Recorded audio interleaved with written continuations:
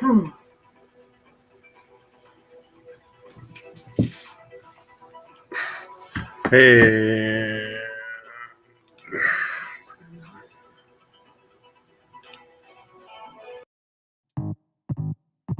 Welcome to the Late Night Load. The Late Night Load.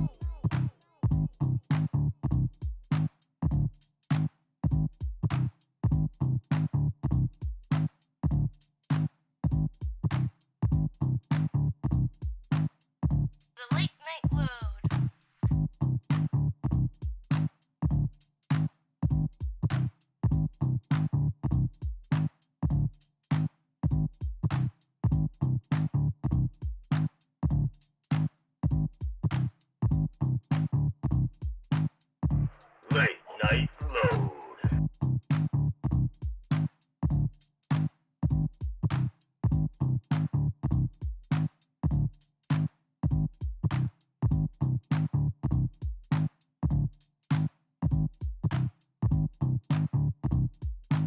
Welcome to Late Load.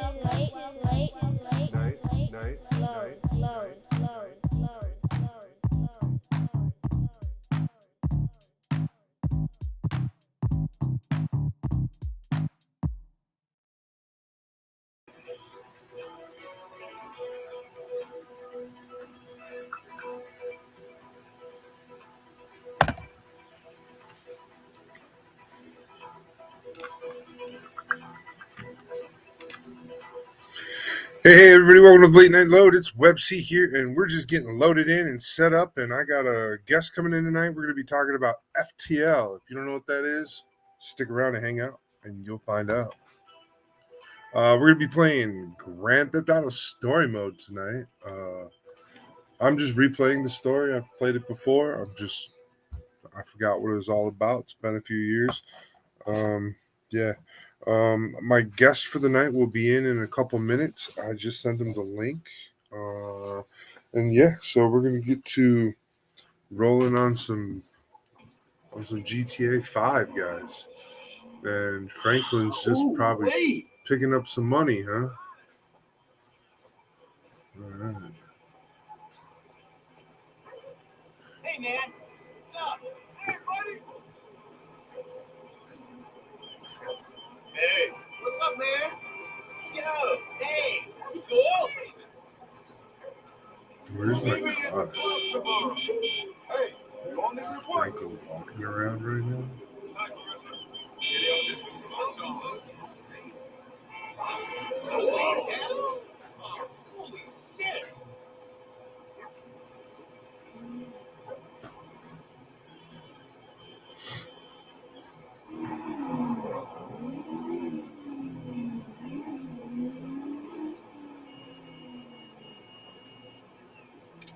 Not so good. Not too home. No way!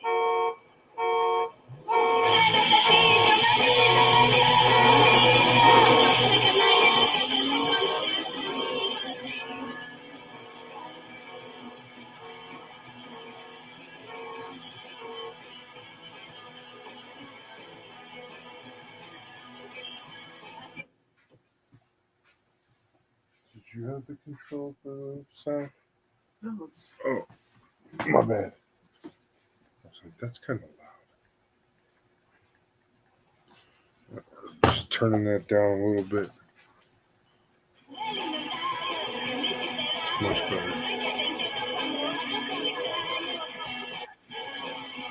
All right. Uh-oh. What's up, dude? Hey, how's it going? Can you hear me? Yeah, I got you, man. Like, I'm doing all right. How you been, man? I'm doing good. Just turning on the game and everything for the night. I haven't been on the PlayStation in over a week. I've been playing that game Pal World. Yeah. Dude, I'm gonna have to show you what I like the other night on UC Engaged. I pulled Yeah. an ultra rare Camille. Okay. I've also got Black Rider, Super Gundam.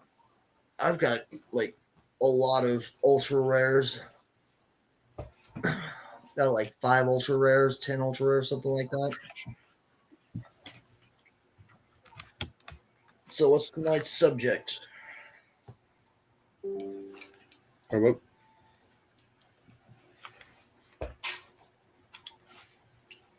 Hello? Yeah, I'm here.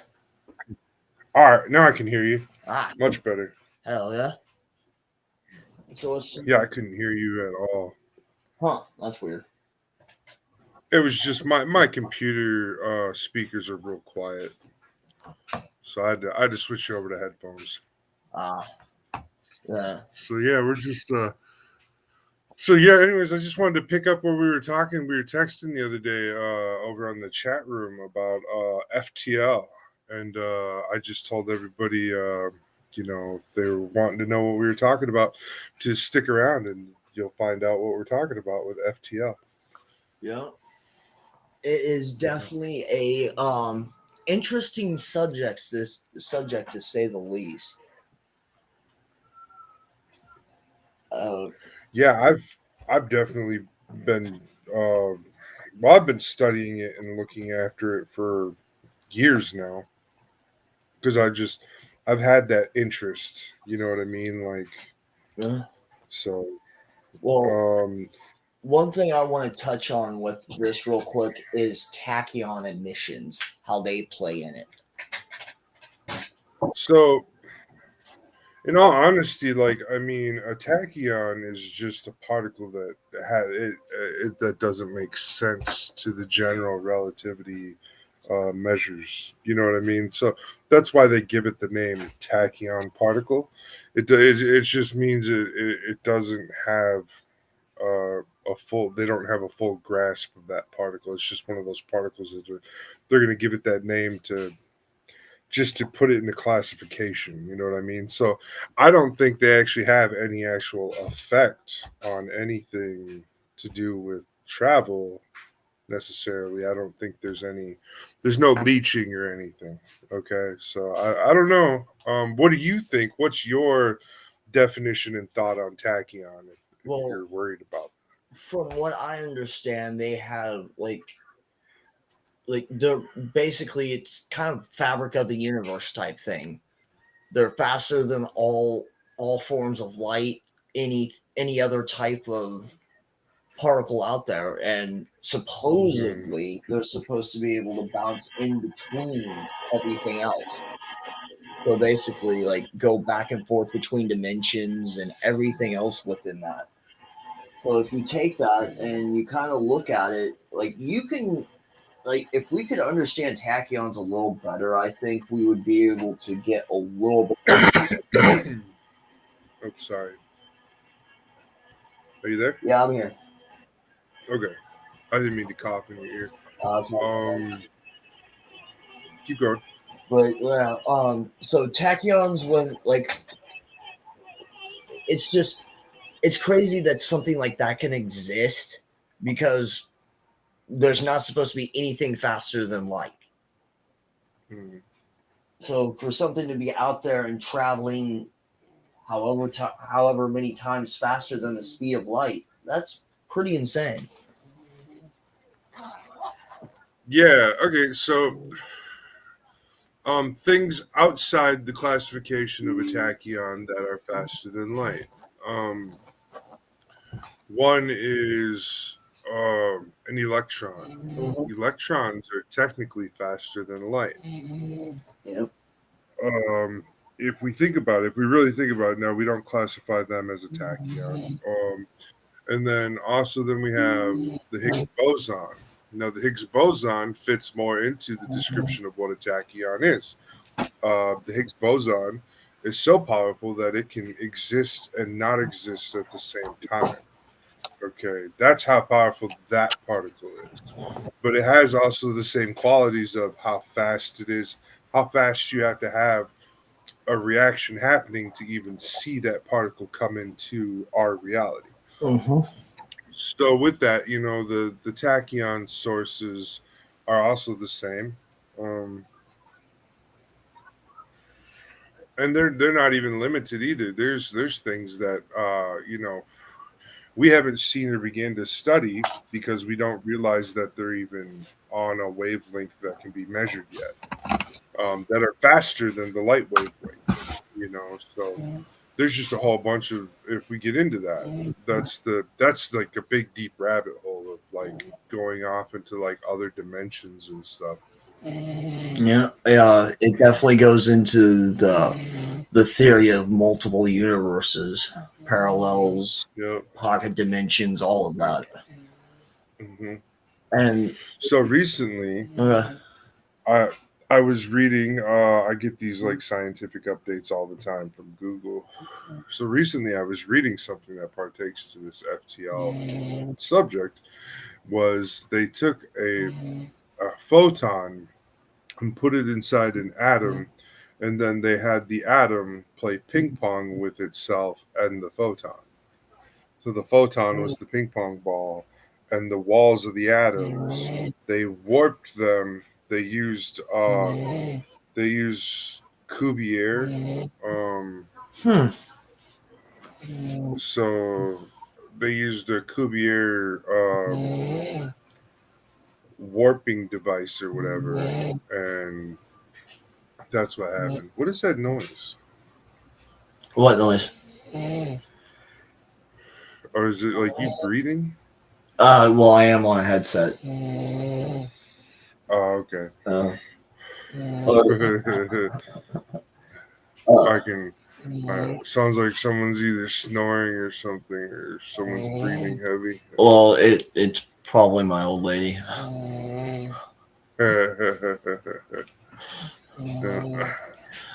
Well, I mean, the little ones sleep in the other room, and don't want to wake him up. Right? Yeah, you don't want to wake the little guy up. No, Definitely not. I try to let Uh, him get as much sleep as he can because once he's up, he is definitely my child. Let's just put it like that.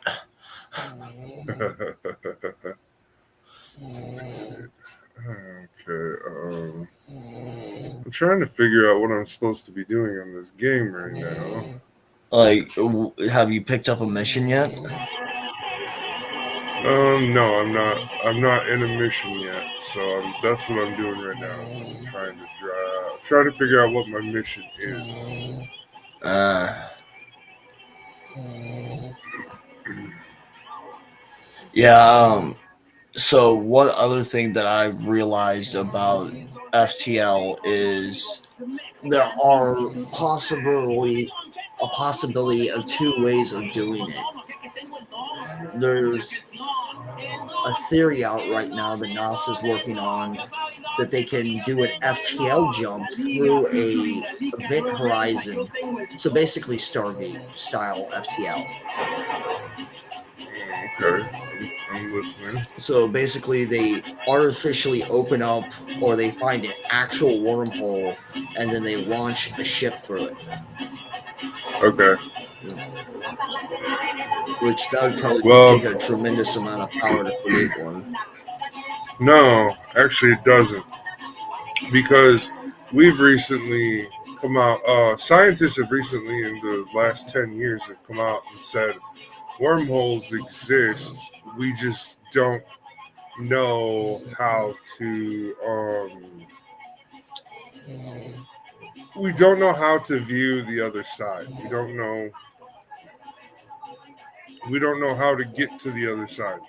Going into the wormhole is still dangerous for us, is what the scientists are saying. Is like they're like we found the wormhole, but we can't go in yet. It's still dangerous. We don't understand how to build a mechanism for us to travel through it. Not to mention navigate it properly. Exactly, to know where you're gonna get spit out at. Yeah, because all you gotta do is take one wrong turn, and the next thing you know, you could be clear across on the other side of the universe. Exactly. Is this missions? I mean, we don't. I think it would be kind of cool, kind of. Do you remember the show Farscape? Little bit. I didn't watch Farscape. At that time, I was busy. I was really doing like sports and shit. So Well, I was really busy, like always working out and exercising and stuff during the time that show was like fresh. And I haven't gotten into it as an adult or anything now either. So I can't say I know much about it. Well, see, in that one, he accidentally gets slingshotted through a wormhole while trying to do a gravitational slingshot around Earth. So Okay. he had to have quite a bit of speed, and it was in a prototype ship. And he came out where the peacekeepers were, clear on the other side All of the right. universe. And Yeah. like midway through this thing, he gets hit with I think it's like a tachyon pulse or some crazy random, never gonna happen in a million years type thing happens with some crazy particle energy, and it just speeds him up to where he's within the right speed to be able to get through the event horizon and travel. Only thing is, when you come out of in the show, when he comes out of it, he just has no control over his ship, so he collides with another Okay. fighter. Yeah, exactly. So that's what I was saying is like there's the big hole in using the wormhole theory and for space travel and everything is we can't control the end of the wormhole. It's kind of like a fixed point. You know what I'm saying? Like there's the event horizon in and then the escape horizon out when you hit that other end of the wormhole. We just don't know where that is and we can't create our own exit. Like that's not something that's not feasible yet, like within our grasp of understanding and what kind of energy it would take to even puncture a hole through a wormhole to exit it. That's just Yeah, it's still in my theory. mind. That's yeah. But to get back to the tachyon, the whole tachyon thing, going back to the emissions. Now, if we took those emissions and we set up some sort of collection device, we could actually just recycle that energy. You know, that would be a good source of energy to just recycle. If we could set up a device to magnetize the tachyons to it, Hmm. they would just create like a good energy loop. So that's what I was thinking, like, to circle back onto what you were worrying about that. Now, the other thing that's got to be thought about is we need to go back and look up and study how the scientists that were doing the study on gold gravity, we need to go back and look at their study and see what they were doing and how they were creating this expansion bubble inside of a laboratory. And then we need to learn how we can take that bubble they were creating and Is that expand the it. one? Is that the one you were telling me where they were taking a piece of gold and putting it inside of another piece of gold to try to collect another piece of gold inside this warp bubble, basically? Well, what they did was they took two warp bubbles and they took a piece of gold that was like 3 microns thick, and they took a piece of gold that was 1 micron thick, like really small gold, like on microgravity scale. And they suspended them both in warp bubbles. And then they took the bubble that was suspending the smallest piece of gold and they turned it off. And then they wanted to see if the piece of gold inside the bigger piece of gold inside the warp bubble, if it would create an orbit or attract the smaller piece of gold. That was what their science experiment was, right? But they weren't coming fully forward with this bubble they kept talking they were creating. They were like, oh, that doesn't matter. Don't pay attention to that. No, we need, like, what is this bubble you speak of? And they finally came out, like, they put it in the report. We used a Cuvier bubble, and It's basically a warp bubble, what would be around the Enterprise. well, not necessarily around the Enterprise, but it would be yeah, something of the nature of how the Enterprise works. Now, the Enterprise doesn't actually put a bubble around itself in the sense of um of like a force field. You know what I mean? It's not like Yeah. that. The shields that they put on the Enterprise that do that, it's actually they're using an electromagnetic shielding. and it's designed to block phaser. So what that is in their timeline. Remember, their new Geneva Convention, if you will, is it's slated. Oh, I got shot in the head. It's slated to it's slated to their new weapons and stuff, right? So now their Geneva Convention says you're not allowed to use ballistic weaponry in space. So you have to use light-based and particle-based weaponry. Okay, and Mhm. then they have also limitations on what kind of particle-based weaponry you can actually use as well.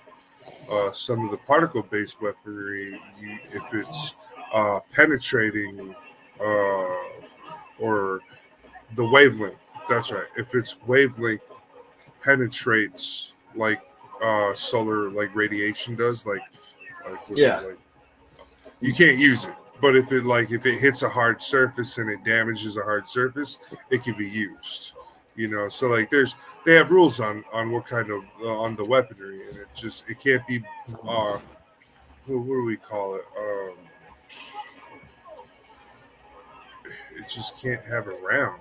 You know what I mean? Like it can't be a bullet anymore or a hard projectile. Like so, that's got to be taken into account for when we think about what that shield is and what it's doing, because when they're navigating in Star Trek, they're also accounting for meteors and stars and asteroids and all that stuff too before they can make a jump. Like all those calculations have to be made. And they actually have like it's and some of them the books they in the beginning they're like you can only travel this route. Like you can't there's no going freely through space the way you think. You know what I mean? Like you have to jump Yeah. in and out at the spot.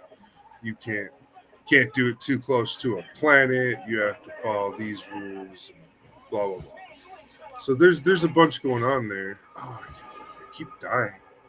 I keep killing everybody too. Ah, That's probably it. You probably killed the wrong person. I don't know about that. These two idiots that I'm with, they keep jumping out in front of me. I've always, when I play this game, I'm usually like severely angry. Like, I want to damage something, so I usually jump on this game and just go ham. Put in the unlimited ammo and bulletproof vest and just go to town on killing everybody I can. There's no cheat codes on this one. At least Well, I don't think there's cheat codes. like the last There one I is on played, I think, 4. On 4, yeah. there's you can do cheat codes on 4. On this one, I don't really think there's a lot of cheat codes. Well, I know that there's like the last one I played was probably on PlayStation 3. Okay, yeah, that was Yeah. probably Grand Theft Auto 4 then. Yeah. And so I'll just die a bunch of times. Don't worry, it'll just keep happening. That's like kind of the fun part about me playing this game. I'm not like some perfect gamer or anything. People are gonna watch me 5 years from now. I'll probably be a better player. You know what I mean? Uh, hey man, there's no like in my mind, perfect. There's no such thing as perfect. So like, if somebody's around me saying that they're perfect, I'm usually gonna tell them to nope, you can't do that here. We're here to better ourselves, type of deal. Oh, you know what I mean though. Like I'm not one of those people that like I can go through a full game without dying or anything. I've never been Uh, one of those types of players. Like, oh, you can't die or else you got to start all the way back at the beginning. See, like it I've depends got on. friends that are like hardcore like that though. Like Oh, I mean, I think I've never played. anybody that games usually has like one or two people that they know that are like that. And like I'll do like three or four missions where or three or four levels or whatever that where I don't die at all. But the one right after the last one that I did, I get hammered hard. Last night when I was playing UC Engaged, I went through like 7 or 8 missions, and then the next one that I did, I got hit way hard. I think it was by Zazabi that was the last one that killed my last suit. Oh, okay. Yeah. I tried playing UC Engage and I just couldn't. I don't know.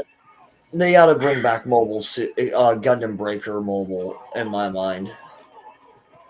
That game was Well, awesome. they have Gundam Breaker on PlayStation. It's just not the same as the mobile game was. Yeah, I know. I had it at one point. I had New Gundam Breaker.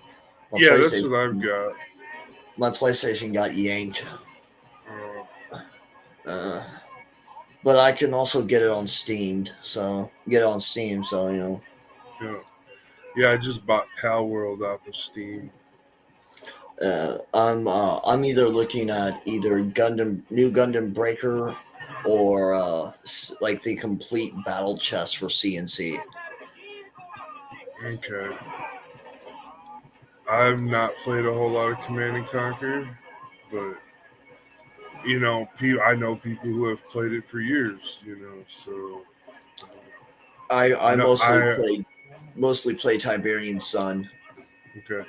I've just heard it. It's a good game for those people that get into it and play it. Yeah, So I'm definitely one of the strategy type of people. So I started custom building this beam saber. I don't know if you've seen it, any pictures of it, if I showed you any or not. But I took an MSG Mega Slash Saber, and I took two parts of runners in it, and I made a handle. cool.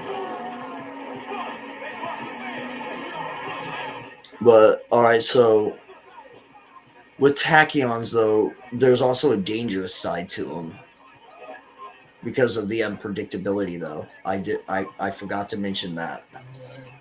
Yeah, but I mean, if you're just reabsorbing them into an energy cell, you're not going to use them as tachyons. You're going to burn them. You're going to let Yeah, their life burn out and absorb that energy and use it for whatever. Whether it's boiling water to turn a turbine to create power, or whatever, just like any other nuclear reaction that we do here. yeah. Because that's basically how that's what we're doing with our nuclear reactions in a nuclear reactor to create energy. We're just boiling water, Pretty like much. so. I mean, if we think about that in that sense, yeah, Well, it, there's super. there's like from what I understand, there's like different forms of radiation and things of that nature within tachyons that can be quite fatal, more so than anything on Earth. Oh yeah, like I'm not saying they're not at all. I'm saying we just need to figure out what's gonna be good to absorb them. You know what I mean? Yeah. Ah, stupid Trevor. Trevor died. That's what you get, Trevor, for dying. Who's the crazy white guy that's like always talking? It's I Trevor. swear, yeah, I He's definitely from see him. Walking Dead. He played the dude in The Walking Dead that everybody hates. The guy that made Negan look like a monster. Oh yeah, Because Negan really wasn't a monster. He was just like crazy. well, yeah, crazy, but not in that sense. I mean, like they really gave him good redemption in the show. Like, Yeah, but like in I the saw. beginning, like he wasn't bad. Even in the beginning, he was just they had misunderstood, and the dude that was working for Negan, he didn't listen to Negan. He handled things his own way. Yep. And there was a lot of stuff that went on in that show that people, if they look at it now, they're like, "Wow, I didn't see it like that before." Uh, Well, it just took getting to the point of looking at it from his perspective when they did that, like when they when he sat down and did that whole perspective video with them. Like he was like, "Hey, look at it from my point of view. I'm the good guy. You guys are the bad guys moving in on my territory, fucking with my shit." He was like, "What the fuck do you think I'm supposed to do?" And it was totally legit. It was like, oh man, like yeah, there really was this total miscommunication about how things were going. Yeah, pretty much. But that whole, I want half of everything your little compound produces is kind of trash too, because eventually your resources will dwindle down to nobody having anything. Yep. You know, trade would have been better if he would have set up a proper trade system. Like, we'll clear out the walkers and help build you walls, and you give us food. Trade. But Yeah. that would have been a much better system to have, but not the way. I don't know. And then just letting homeboy, the guy, yeah, I thought there were some things that could have been done better, but I mean, even if we go back further, the governor, dude, that dude was freaking crazy too. Yeah, he wanted to kill everybody basically. He brought out a tank. Yeah.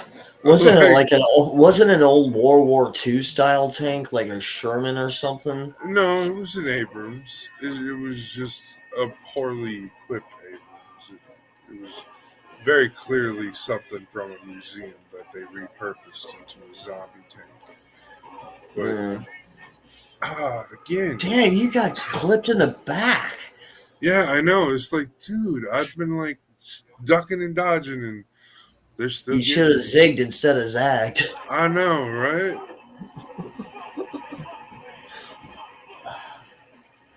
This is just a weird thought, but what if there was a cheat code to get Borg shields? Oh yeah, that'd be Yeah, cool. what? Yeah.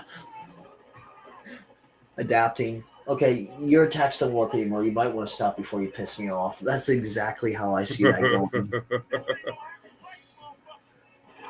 Well, Borg shields, we all know that Captain Janeway and her crew freaking decimated the Borg. So It took them like what 4 or 5 seasons to make the no, anti-Borg weapon. they're the anti-Borg weapon, but they had the shield modulation down by season 2, man. Like, Uh, Picard. It took Picard 3 seasons to figure that out. yeah. So Well, during that whole time where they were in Borg space, like every other time they would drop out of warp to let their engines cool off, the Borg would show up. oh yeah, well, Of this course, is the they Borg. were, yeah, and they wanted their 7 and 9 back. Yeah, She aged well, I will say that. man. Janeway, on the other hand, I hear she doesn't look too good these days. She's like, she's an old lady. She was an old lady when she did the show, dude. Like, what are you talking about? She looks Well, I exactly how mean, she's. some people age well. Me, I look like sometimes I wake up and I look in the mirror. And I'm like, wow, I look like a busted can of biscuits on a hot summer roof that's just been too cooked. But I could look like Nosferatu though. Like the guy that played Nosferatu. Oh man, yeah. There's this dude on TikTok that claims he's a vampire. I'm sorry, but getting that genetic disease is very highly unlikely. It is a actual genetic disease. It's not what people think. Well, I'm It's just like saying this dude's like he didn't say he was born a vampire. He said he was like he said he back. was turned, he Yeah, was he said he sired. was. Yeah. Wow, somebody's been reading too much Anne Rice.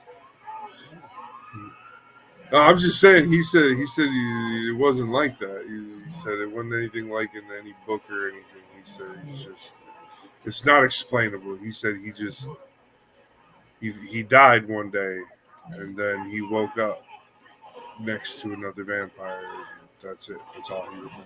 He said nothing else. He said, I don't remember anything else. He said, I was supposed to die. I woke up and I was a vampire, and there's another vampire there that told me everything, and then they left. He said they're solitary creatures. This Well, is that what This is what this dude on TikTok is saying. Now, I'm not saying any of this is true whatsoever. I'm just letting you know. Like, there's this dude on TikTok. He's where am I supposed to be going? he needs to go back to the funny farm. No, I need to go down this alley or whatever to these two idiots. Ah, damn it! No, I I was was talking so about the guy on close. TikTok. Like, where'd you get hit this time? Oh, the guy on TikTok. Oh, the cops got me this time in the game. Oh, and they're gonna make me go all the way back Oh again. wow, you just pegged him hard. But yeah, like the guy on TikTok, he needs to go back to the funny farm. Yeah, no, I know. And like, there's he goes live and stuff and talks to people on TikTok. He ain't just like some crazy or some dude that's like just shows up once in a while and makes some weird video or nothing. He's like constantly talking with people. Anyways, the dude like he showed himself like he he showed himself exposing himself. He exposed himself, and it was really weird. Like, I was talking with my wife about it. I told her, I was like, it was really weird. It wasn't like it wasn't that typical normal. I'm gonna put my hand over my mouth thing. He didn't do that.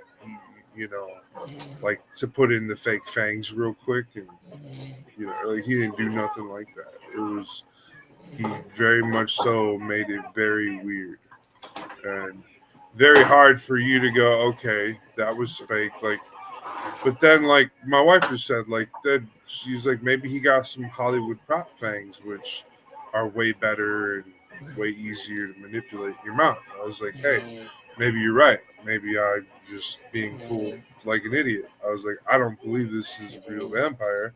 I'm just saying, dude says he's a real vampire. And Oh, that's my whole thing. I was like, well, this dude's fucking crazy. I've seen him a couple times. Like, I'm not following him or anything. He just pops up randomly on my phone or on my feed, and I'm just like, well, this is weird. So well, apparently TikTok algorithm thinks you need to watch him. yeah, like you know. And I got throated. Like I'm getting closer and closer to 700 viewers. Like I'm like 667 now or something like that. Yeah. So you'll be able to start going live, and like once you hit somewhere between 800 and 950, somewhere around there, you'll start being able to go live on other people's pages and stuff when they're going live. Like, if you find people that are cool, that'll let you go live with them. And then once you hit 1,000, you'll actually be able to go live yourself. Oh yeah. Yeah. I don't know why TikTok did that. I'm not 100% sure. Maybe to make you if you wanted to be able to go live, you had to actually be like some sort of content creator of some kind. But yeah, the people who watch my stuff on TikTok are pretty cool. I've interacted with some of them as well. They're pretty Oh yeah. awesome. There's uh there's this one dude like Infinite Darkness Customs or something like that. He's Uh-huh. super awesome. I watch him build Gundams and stuff sometimes, and I think he hangs out with a couple other people too. I think I know who you're talking about. He has a he's on a Discord server I think I'm a Uh part huh. of. Yep. He Plastic does Addicts. Discord. I'm not sure if that's what it's called, but he talks about it. I'm like, okay, well, I'm sorry, I'm not versed with Discord. I don't really fool around too much on Discord. I've got one. It looks weird to me, like trying to navigate it and understand, what group or what room or where I'm even chatting. It's like, oh, this doesn't make sense. Sometimes I get confused like that. Hmm. Well, I tried the whole TikTok, not TikTok thing, but Discord thing, and I can't seem to like. It's not that I'm not making any headway. I just get more followers on TikTok and Insta and Threads than anything. And sometimes, like, I'll get lucky and get a few on Facebook. Like my Facebook slowed down, but Yeah, I don't. I still post my videos and stuff on Facebook, but I've got a solid 300 people that follow me on Facebook, and they're like all people I know in real life and stuff. Or most of them, I believe. Some of them I met when I started doing music for. I started doing music for this Native American group that did work with the homeless people in the inner city here, and they they eventually turned out to be some bad guys, so I retracted my products from them. You know, like, well, that's good. but I didn't want to. Are we talking like they were shaming the Native Americans? Like, No, they were Native American themselves, but they were doing some shady shit. And I don't want to oh really no, talk too much about it, because a lot of it was he said, she said, and I don't know the full detail specifics, and I'm not yeah, gonna name there's drop or anything. That's why I'm not right, even saying yeah, the group's name. Like, I'm just like, hey, I heard, I was working with them, not no more. Anyways, uh, it just happens. So, but they yeah, were being super bad dudes. Like, uh, they were supposed to be like a rehabilitation group from drugs and stuff, but in actuality, like, the leader was like selling drugs. oh, that's bogus. Yeah, so I was just like, that's about as much as I want to talk about, but I instantly dropped any affiliation with them.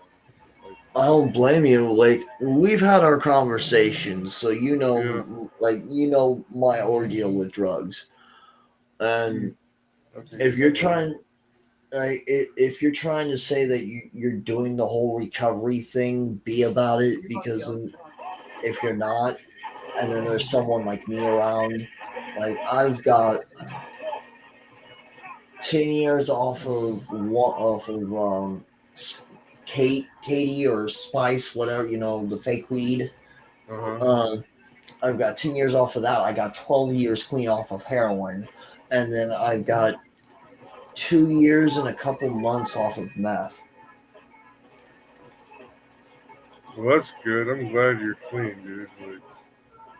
Like, Uh, Well, I've been working my butt off, and my reward for putting in all the work that I've put in is a son. hell yeah, that's awesome. Being a daddy. Yeah. Well, that and my partner, she's awesome. I couldn't ask for a better one. Nice. My wife is pretty awesome. I can understand having a pretty awesome person in your life. Man, what is the tuck, duck, and roll?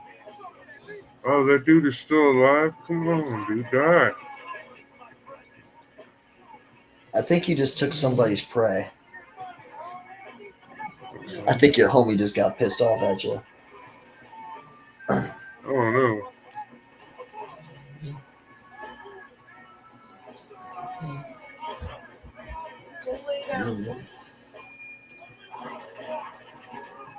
So, what's the latest build you've been working on besides the SDs? Any kit bashes? Um, no, I'm doing a bunch of water slide work right now. That's what I'm going into. Um, so I just did top gloss coats on Master Grade Zeta Verka 25th anniversary metallic repaint. That's uh that's what I'm starting on. I started that tonight with the water slides. I got one full arm done, and then next is water slide holographic water slides for Gundam Master Grade Barbatos with the metal frame replacement parts. So Oh three yeah. quarters 3/4 of Barbatos's frame is replaced with metal pieces. I So want that's to it. get one of those for my real grade NU and my Eclipse and my Freedom 2.0 Okay. Um, metal frames and the holographics I styles. wouldn't do the Eclipse because I've built the Eclipse and I don't think the metal frame would be very visible or even worth having. That's just from an opinion standpoint. Now there is sections of the frame that do show on the Eclipse. I'm just saying where those metal frame parts would be, you wouldn't be seeing much. Well, the reason I want to do it with the Freedom is because one of the feet, I can't remember if it's the right foot or the left foot, is extremely loose. Like Okay. I go to angle it, and within like 3 seconds, it's flopping all the way down and popping all the way. All the it will slide out and then will flop all the way down where it looks like it's just been like the hydraulics have been cut and it's just flopping around basically. His foot fell asleep is basically what I say to people. Yeah, I have a real grade Freedom that has a whole bunch of first generation inner frame flop, basically. Uh, I don't know if you know what I'm talking about. yeah, it's basically where the joints are. It doesn't hold up. They just they give and No, they yeah, even the legs though. that's the way my barbatos is. Like my high grade barbatos, like the feet suck on that one. I think it's the fourth form, and if I bump, like, so I've got a couple IBO kit bashes that I'm working on, Okay. and I took a barbatos and a Vindler Crimless Vindar Azeroth and Mechanus and kind of threw something together, and the barbatos feet, like where the ankles basically would be on one side. It's always one side. It can't be just, I don't know. But it basically, if it's bumped just right, that joint just gives and then it just topples. Mm. I know what you're talking about when that happens. I have a couple kits I've had to fix, and basically you just have to glue them in position. There's nothing you can do besides that, or fashion the new joint yourself and put it in place and paint it and hope it don't look bad. Uh, like I've seen people take like the white putty on certain joints. It's Oh yeah. mostly It's mostly with the shoulder or where the front armor skirt goes in at, stuff like that. That's usually where they do this at, but they take the white putty, they roll it around, they put it on there, and then they basically press it up against where it would go to kind of give it a line, and then they sand around that and even it out where it works yeah, it fits. Yeah. And that's what she said.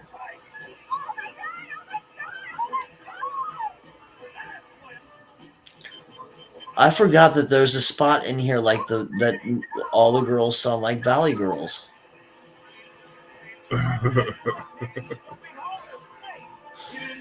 For some reason, I know I heard the girl that was on the back of Trevor's Sea. I instantly went into the whole skit at the beginning of Baby Got Back. Oh no.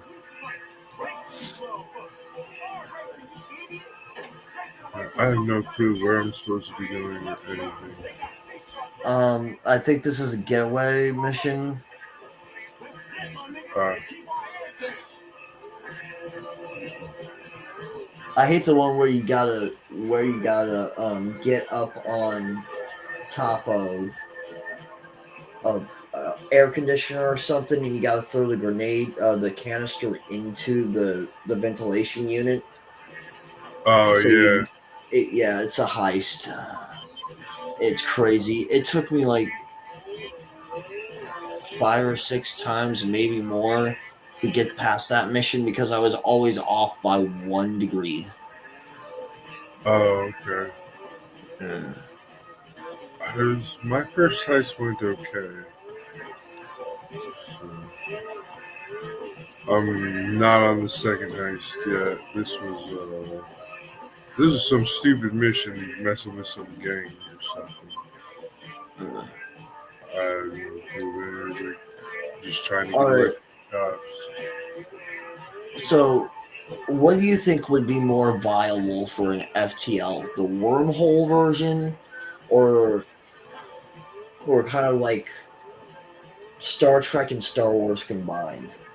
Neither, none of them. Okay, so that's the thing that we got to get off our like. Okay, they're giving us the idea, right? They're putting it in our laps and saying, "Here's an idea," and we gotta we gotta go. Okay, we can't follow that logic and that science. It's not gonna coagulate together properly, right? And we can't Yeah. mix them. We can't mix them. Star Trek is based off of real life science. They try to make Star Trek as real lifey science as possible. So I mean, Mhm. there's already that. Now, Star Wars, their whole concept is they put some magical liquid inside of this turbine, and it spits out enough thrust power to put them to like 3 to 4 times the speed of light. Okay, that's the whole concept of Star Wars. No, I'm not gonna. I'm sorry, I'm just not gonna. We're not doing that. Well, I can see like so my whole thing with that part of it, the whole mystical liquid, it can kind of be compared to a dilithium crystal in a sense, not a full constructed sense, but enough to where you can see the similarities, Oh but they're yeah, still totally different in like propulsion system and everything. yeah. Okay, so now, the device that I've devised, like that I've spent a lot of time thinking about and planning, is a sensible device. Now, this device, what you're going to do is you're going to collect a whole bunch of particles, like atomic sized particles, before you leave the atmosphere of the Earth, right? You're going to collect all these different particles. And then you're going to, oh, that was awesome. Then Damn. you're gonna pass these particles through a device, right? And this device is gonna ionically charge these particles. And then you're gonna take and compress all these ionically charged particles into a little cloud stream, probably about a foot wide uh, at maximum as it spits the cloud out, right? But Yeah. then what you're gonna do is you're gonna aim a magnet directly at that stream of cloud that you're pushing out, and you're going to take this magnet and you're going to make it the same charge as that cloud. And what's going to happen is the same thing that happens when you take two south poles of a magnet and try to push them together. You're going to end up getting thrust.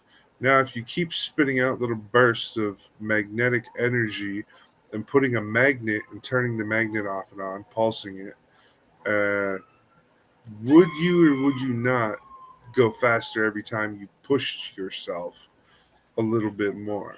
Every time. If it was just a little push, it doesn't matter when there's nothing in space to resist that force.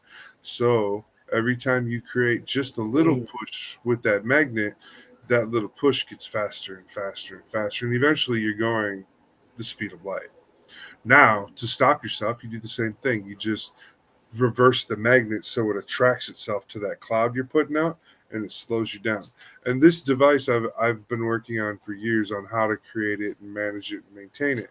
Now, for other vehicles, once you've started creating these lanes of travel with this product, you'll be able to collect the particles and reionize them and reuse them again on another ship as it goes. So you'll be able to create traffic lanes with this ionized particle in space. So we'll never run out. So eventually we'll have a highway from here to Mars where we'll be, it'll take a week to get there instead of a year. You know what I mean? Like Yeah. this is like how I've devised it. But yeah, faster than light travel is definitely possible with a particle push, and that's what I'm thinking is using particles to push. Um, In theory, I can see that working. it might take like a day to get up to full speed. Like and that's what's going to save us from that whole. If we go the speed of light, we'll spaghettify or whatever. Well, if we use the train theory says when you're speeding up, you kind of feel a little bit of a drag, like a G-force. However, once you get up to a certain speed, if you're slowly climbing in speed, you can't feel that climb in speed if it's slow and steady. Now, if it's a rapid, instant climb in speed, you feel it. You feel that G force jerking you back. So it's the Yeah. same thing with braking. When you brake slow and nice, nobody jerks forward. But if you just slam on the brakes, everybody jerks forward. The coffee gets spilled. The baby cries. You know what I mean? So Yeah. if you apply that theory when you're going on a spaceship, well, you got to apply that same thing, but at a longer pace. So if you don't want anybody to get hurt and you're slowing down from 0 to 60 and it only takes 10 seconds, or from 60 to 0 it takes 10 seconds. Well, think about it. If you're going 6 million miles an hour, it might take 10 hours to slow down. So you Hmm. got to do those calculations on when you need to start slowing down, where you need to speed up. If you do all those calculations, my engine will work properly and will get you from here to there, and it will run on solar and starlight. It doesn't even need to run on a heavy nuclear engine or anything like that, or a heavy element engine. It doesn't need to run on any of that. It literally runs on magnetic pulses and spraying a little cloud of ionized particles behind that magnet. That is literally like you could run all that on a 12-volt car battery, my friend. There you go. Like I Uh, swear to you, that is. But I should probably not tell people this, right? Give away my ideas for free. But at the same time, China's already working on it. China's already been working on this idea not as long as me, or not. They haven't been putting it together the way I've been putting it together. But China's got most of what I just said put together.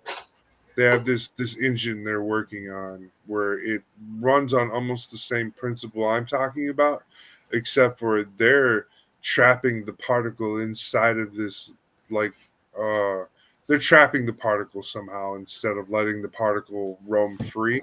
And they're saying that, like, it gives you more use of the particle in that one singular spaceship. And I'm like, okay, whatever. I get what you're saying, but I am really trying to find a car to get away from this place. I don't like this, Sam. no, like you might want to check the like on the other side of that fence. I think there's a guard shack. Well, right. I'm stuck in this train yard. I'm trying to. Okay, here's a spray booth for cars. All right, now I'm at the road. I've been looking for the road for like a minute here. Like, come on, let's get to the road. Just run Um, around with my 12 gauge. yeah, why not? That's how you get a free car faster. Yeah, I know, right? Especially when you pull them out and pistol whip them. I don't want the Mustang. I wanted this little dinky car. Less suspicious. Not less suspicious. This thing's fast. You gotta be shitting me. This I stand corrected. thing is fast, dude. Trust me. I'm trying to remember the one car that looks fast on here, but is actually slower than all get out. I don't know. It looks like a sports car. I can't remember what it's called. I think it was one of the DLCs that you downloaded. So I found something out, and on the story mode at least, if you drop a car off, if like you're Michael or Franklin, if you drop a car off at Trevor's place, Trevor can go into his garage and pick that car up. Now, Nice. I don't know if you can do it with other characters to the other two characters' garages, but if you, I do know when Franklin drove a car to Michael's, it would park the car outside across the street from Michael's. Even if I parked in the driveway, when I'd come out of Michael's, it would be parked across the street outside. Pretty weird. Well, yeah, that So, is kind of weird. but yeah, but if you drop a car off at Trevor's over by the beach or whatever, it puts it in his garage and he can pick it up and take off with it. Or Franklin can pull up and grab it too. Nice. So that's also a thing. I did that once with Frank. I was like, oh, I wonder if the car is there. So I went and checked, and I had like a tow truck or something. So I like dropped the tow truck off and picked up the sports car that I had stored at Trevor's. Oh yeah. So, well, we just did a mission. Like so like I've been working on kind of I guess a similar idea to what you got going on as far as FTL. Um, Mine's using more along the lines of cosmic radiation though, as a fuel Okay. source. Okay. I just Yeah. I just got to figure out how to collect it, Yeah. because I want to make it kind of like a solar cell, kind of, I get you. but more along the lines as like a fixed wing, and then the backside of the wing would be the thrust, like a thruster or a vernier of sorts. I get what you're saying. I mean, I don't know much about the cosmic radiation background stuff except for we can photograph it. Other than that, that's about all I know. I don't know if Well, that's even an energy source. Like that's interesting. like they theorize the cosmic radiation, like some scientists theorize that cosmic radiation is one of the many building blocks that gave us our genetic our baseline genetic structure for what we have today. Oh yeah, I get what you're saying. I'm just saying I haven't like cosmic radiation. Like in my brain, I'm like thinking which radiation? Like, are we getting into a specific one here, or? Well, I'm kind of leaning more towards gamma. All right. Is that's where my brain is coming from? Is like, hey, you got any specifics on actualities? Dude, I just found a supercar hiding in some bum place. What's going on? Like, I'd leave that car alone. That means one thing in my mind. Not when you're Trevor. No, Trevor sees sports car and he goes, "Let me punch it." Like he just did. I'm gonna take this car just because I can, and I'm probably when I drop it off, I'm probably gonna piss all over it. Oh, did you see that? That was sexy. What is with Trevor and just randomly going to the bathroom places? I don't know what that is, okay, but it's hilarious. It gives the character a sense of, this dude don't give a fuck. Nope. Okay, this car is kind of ridiculously fast. Yeah, and the handling is too, I'm guessing, loose. I don't know. Well, nope, you got too much. It's either the handling's too loose or you got too much torque. There's a lot of torque for sure.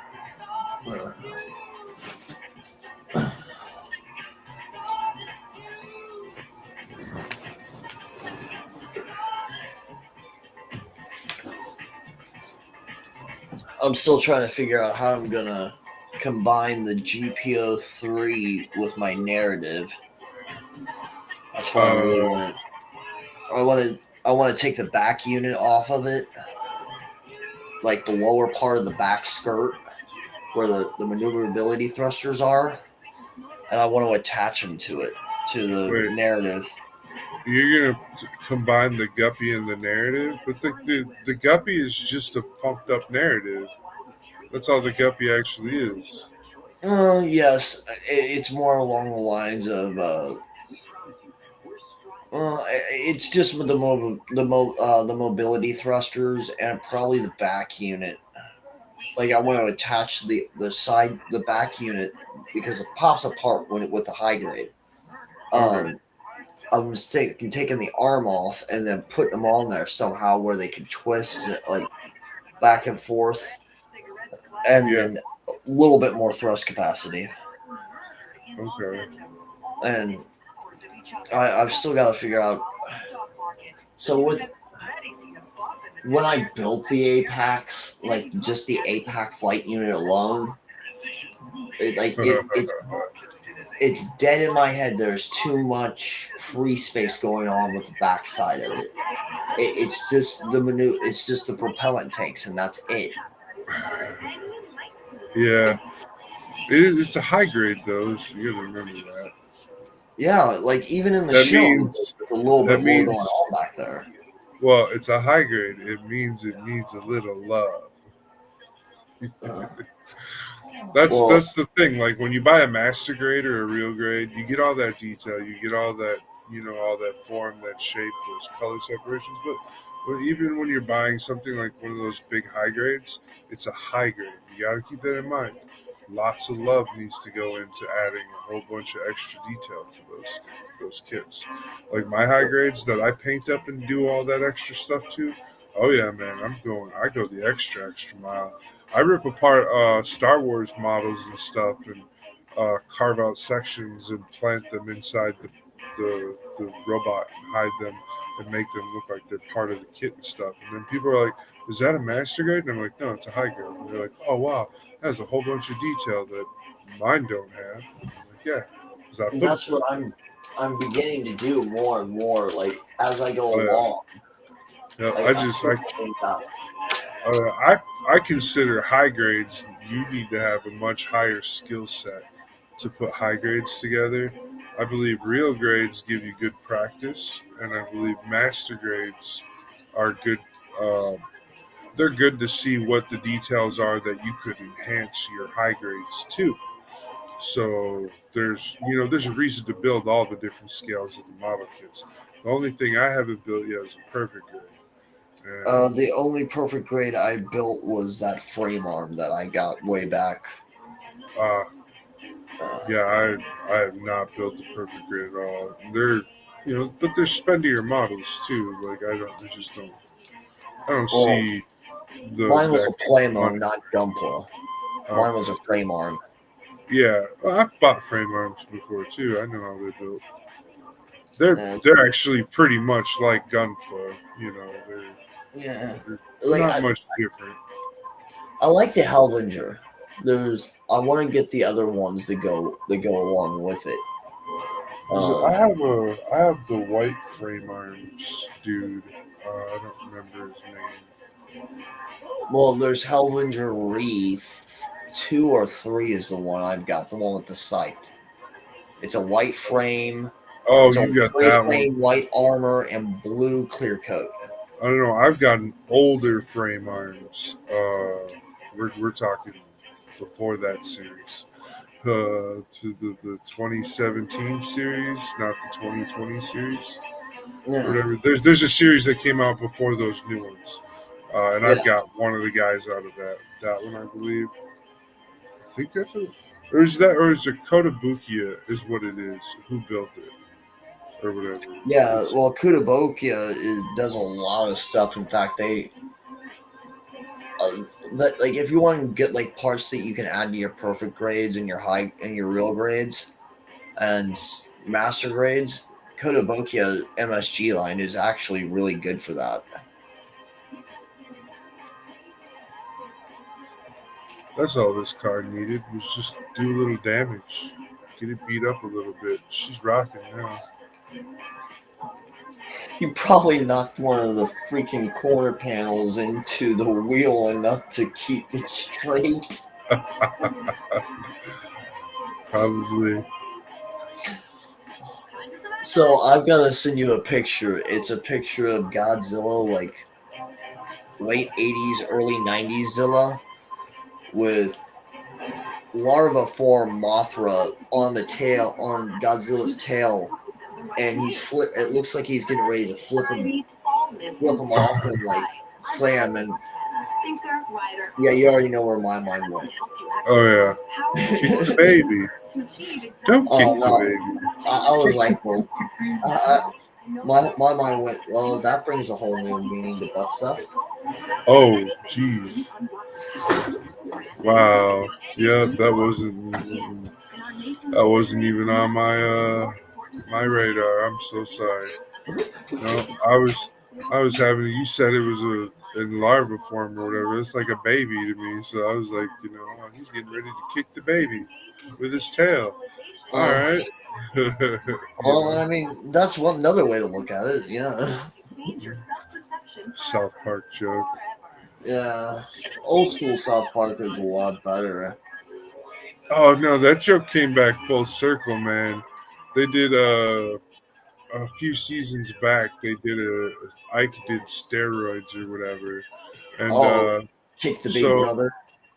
no. So Ike was like, "Come on, Kyle, kick the baby," and Kyle's like, "No, Ike, I don't want to kick you." Because Ike's all like roided out, got like big ass muscles, and he kicked the shit out of his brother, right? Well, they're like, no, don't do that. Um, So it's anyways, like May. It's like when May got back from prison, basically. yeah, pretty much. But it's the whole kick the baby joke coming full circle because now it's like you're not going to kick that baby. That baby's going to beat the piss out of you if you try to kick him. You know, like, uh, That's it's always just, and that's it's fun. just, it also recycled the old joke back into the whole the scheme of things too, right? Ugh. So. I hate what they did to Chef. Well, it was because his original voice actor left. So like I just found out in another one of my groups, um, the High Magistrate of Mando, like the guild that Mando was in on the planet in the very first part of Mandalorian, his contact for the Assassins Guild, he Yeah. passed away. Oh, the actor. Mm-hmm. The Uh, actor passed away. well, He was he was pretty damn old. he's just an actor. It's just Oh, like I really don't care if they recast anybody for any roles. You know what I mean? Like I feel like now they should be able to find people who fit that same character mold and be able to use them. You know what I mean? I like, I totally like Sebastian Stan as Luke Skywalker. Totally love it. He looks like Luke Skywalker, so I'm cool with it. We could make a whole bunch of really cool movies and side things with Sebastian Stan as Luke Skywalker, and it'd be really awesome. no, I can see that. Like my thing is though, like no one's gonna be able to do it just like Mark Hamill though. Well, that's the whole problem. Is you got to remember is my Luke Skywalker isn't Mark Hamill. Okay, my Luke Skywalker is a book writer. Like there were these people who wrote these books. Okay, and these books have a whole bunch of Luke Skywalker in them. And the new Star Wars canon no longer has any of those books as part of the canon. And that's the Luke Skywalker I think of. And it doesn't have to be a specific actor. You know what I mean? Like my brain isn't an actor.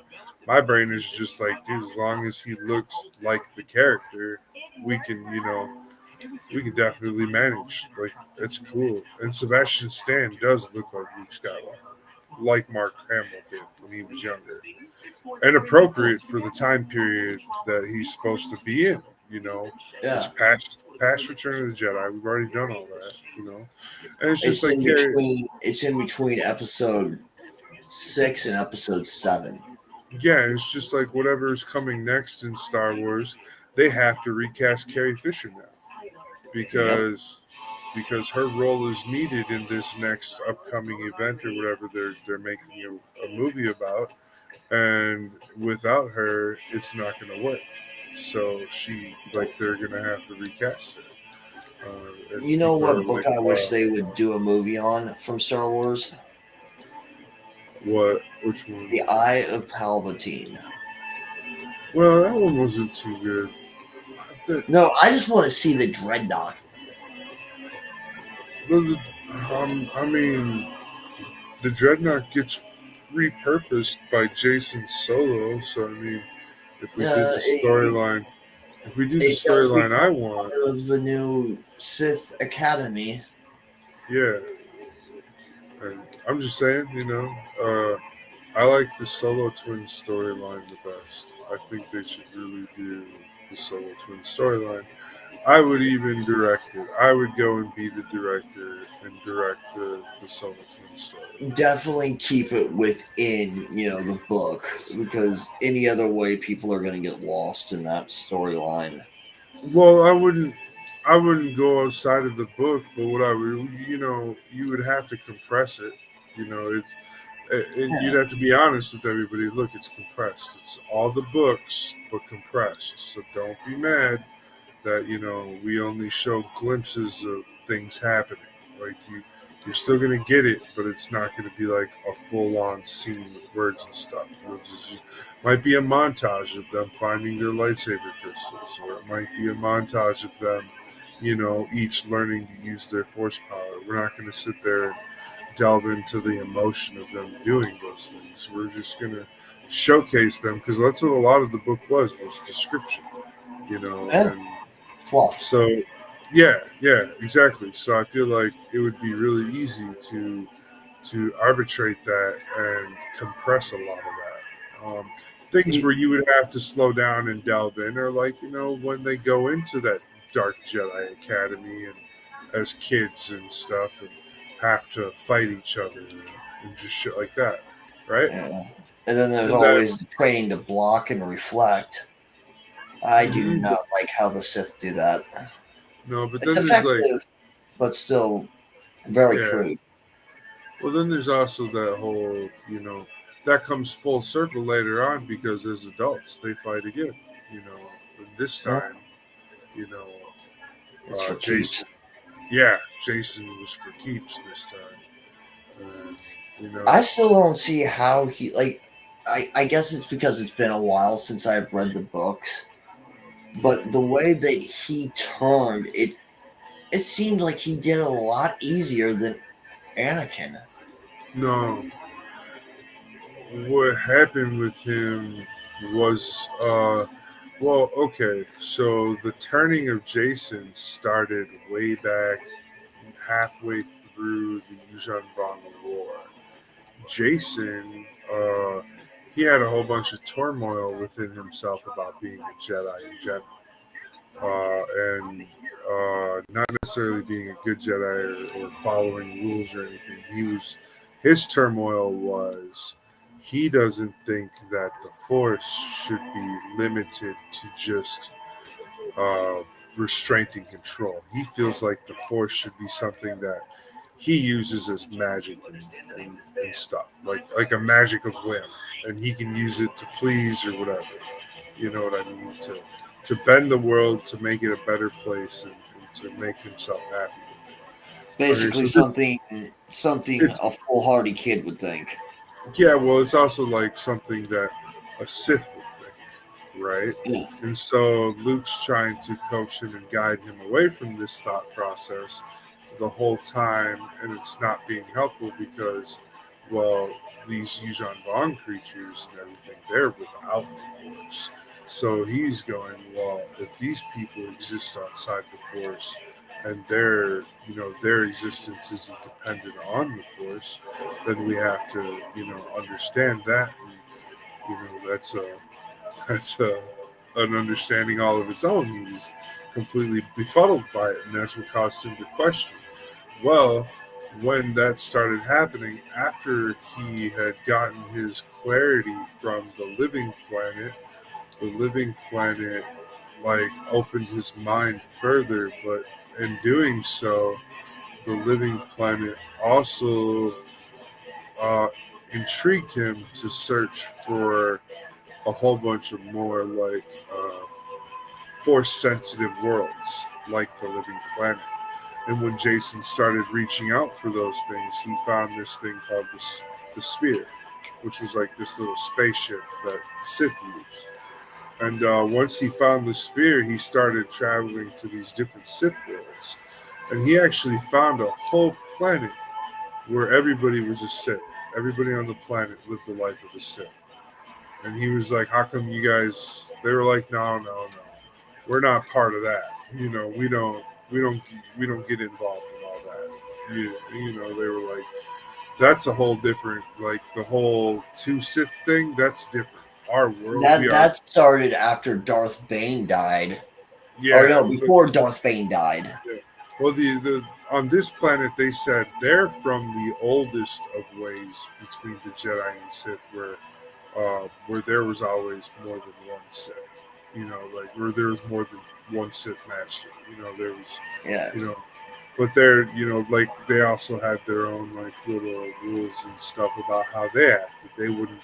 They were like the Force users who lived in the shadows and didn't expose themselves, and they weren't flamboyant about being Sith.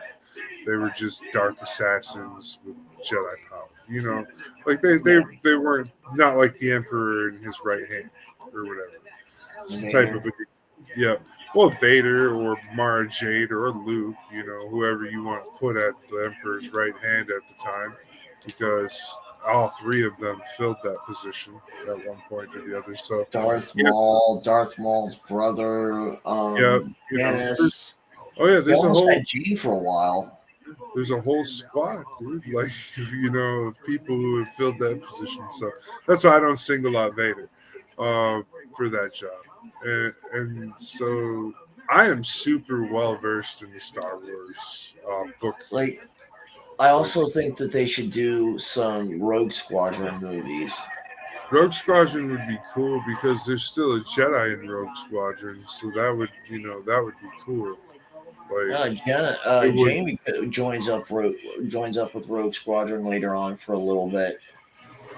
Yeah, before she becomes part of Kip's dozen. Hmm. Yeah, because yeah, but no, I'm talking about Rogue Squadron before the Jedi twins.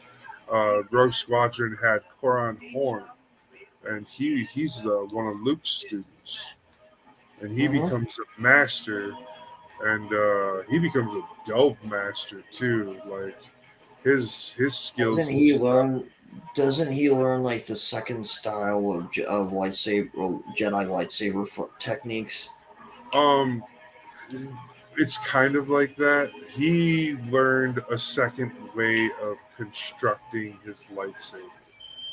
He didn't construct his lightsaber the way a normal Jedi constructs their lightsaber. He constructed his lightsaber via Force vision before he knew who he was or anything. It was something he had done through Force vision or something like that.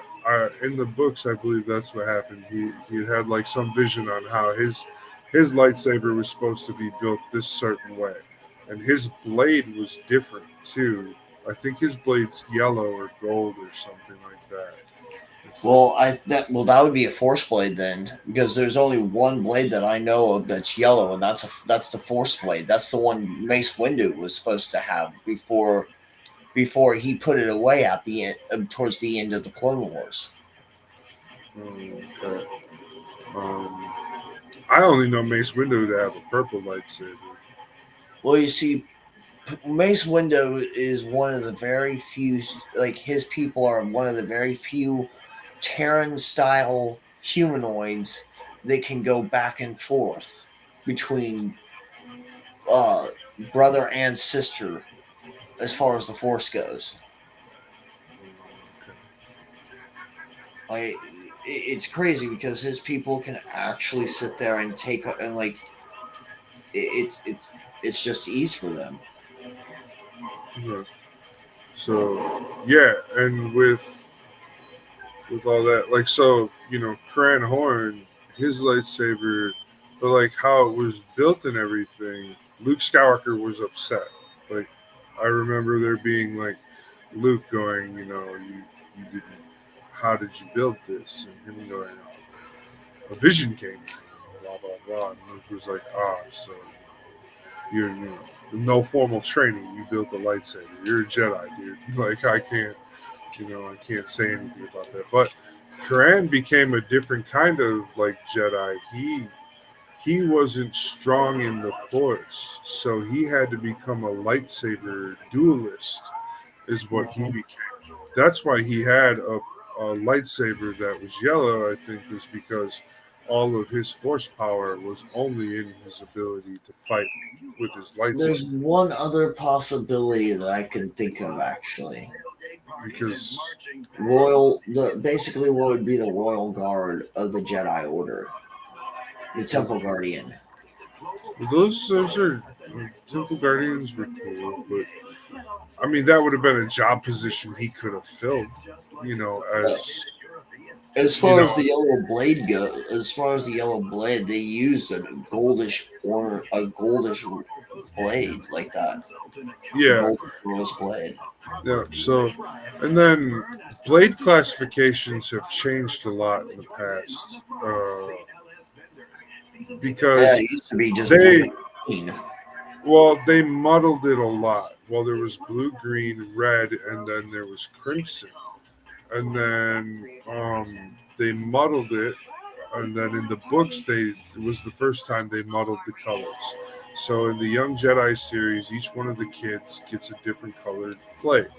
Lobaka gets crimson, Jason gets this weird green color, Jaina gets a purplish blue, and then Tahiri she gets a really weird. I can't remember what color it was. It was a violet. It was another type of purple or something. And then so they muddled the first time. They muddled the colors and how they happened in that one. So in those books, you only get one crystal. Okay, we all know there's two crystals in the lightsaber. Yep. There's the crystal that gives you your color, and there's the kyber crystal, the clear kyber crystal. Okay, so Hmm. they're both called kyber crystals usually, and one's a colored one and one's not. Or you can have two colored ones, or two clear. You can have a clear one, a pure white lightsaber. Now that was all introduced later on in video games called Force Unleashed, Star Killer, and that's where they put to canon the different types of crystals that you could put in your lightsaber and what attributes those crystals would enhance your Jedi abilities to. And then they made it very clear that a Jedi who collected a large load of crystals had a more versatile battle scope and stuff like that. As to where before the blue and the green was usually the rank of Padawan and Master. Hmm. Blue for Padawan, green for Master. And so they slowly changed that. Now that's when you're a member of the Jedi Order, the Padawan Master lightsabers are what you use. But once you're a Master and you don't have a Padawan, you can use whatever colors you choose. So that's something that's different as well. Because look, like Mace Windu, he didn't have a Padawan during any of the movies. He was just a master, and he was on the console. So he had a different color lightsaber. But Yoda had many Padawans, so Yoda always had a green bladed lightsaber. That So is true. and that Yoda and Windu and Qui-Gon were the ones that had the most. I think were like some of the more teachable Jedi.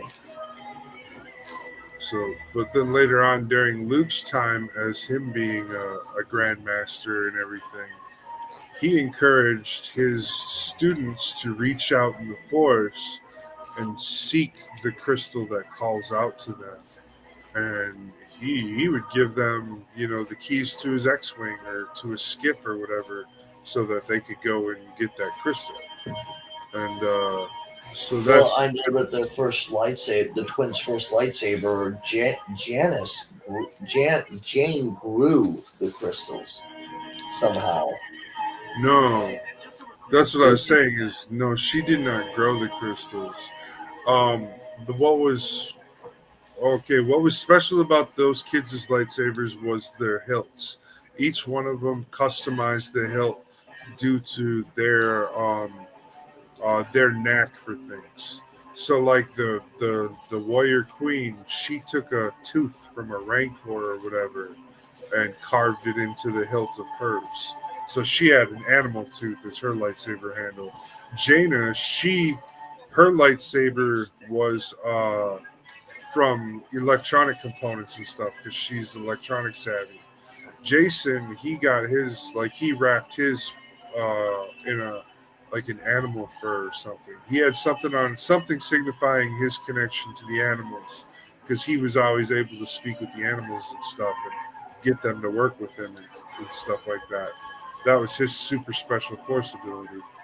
And then Lobaka used some some parts of a tree from his homeworld or whatever. So that was that. Each one of them was special. Now, what you're talking about them growing lightsabers was later on. Anakin had to grow a lightsaber from Yuuzhan Vong stuff and create an all new type of lightsaber, which was called he called it a living saber, and the crystal was called a lumen crystal that he created his lightsaber out of. It was called a lumen and not a kyber, and it was grown from the core of the earth through a plant. That was during the Yuuzhan Vong War. He had gotten captured and met a girl, um, also named Tahiri, I believe, or something like that. Her name was different before, but I was like she got captured and turned into a Yuuzhan Vong, and that's where we learned oh, they're like a Borg type species, but they use a bio instead of using like electronics and stuff. They used all natural things, like all bio and stuff. Like their weapons were magma instead of Yeah. plasma, and their shields weren't actually shields. It was some electric that was created from this creature that was on board their ship or whatever. Yeah, It turned out to be super weird. Uh, like Star Wars gets weird from time to time, like with the power thing, because Jedi's aren't supposed to have attachments, so forth and so on. But they don't put into the books that you kind of got to pick up on from time to time, but in different books and movies, is that yes, Jedi aren't supposed to form attachment. What they don't say is that because it's not the attachment that leads to the dark side, it's it's the the fear of loss. loss.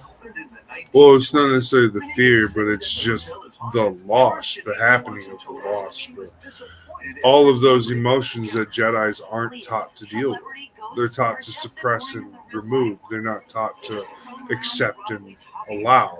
You know what I mean? Like that's one of the things that's Luke ends up understanding later on. That's flawed with the Jedi is that they don't deal with those emotions. They suppress them and push them away, and it's Yeah. not the same. And Luke gets upset by that, and they kind of talk about that in the new movies that came out, where Yoda pops up as a spirit ghost, and he's like, they're just books written by some smart old people.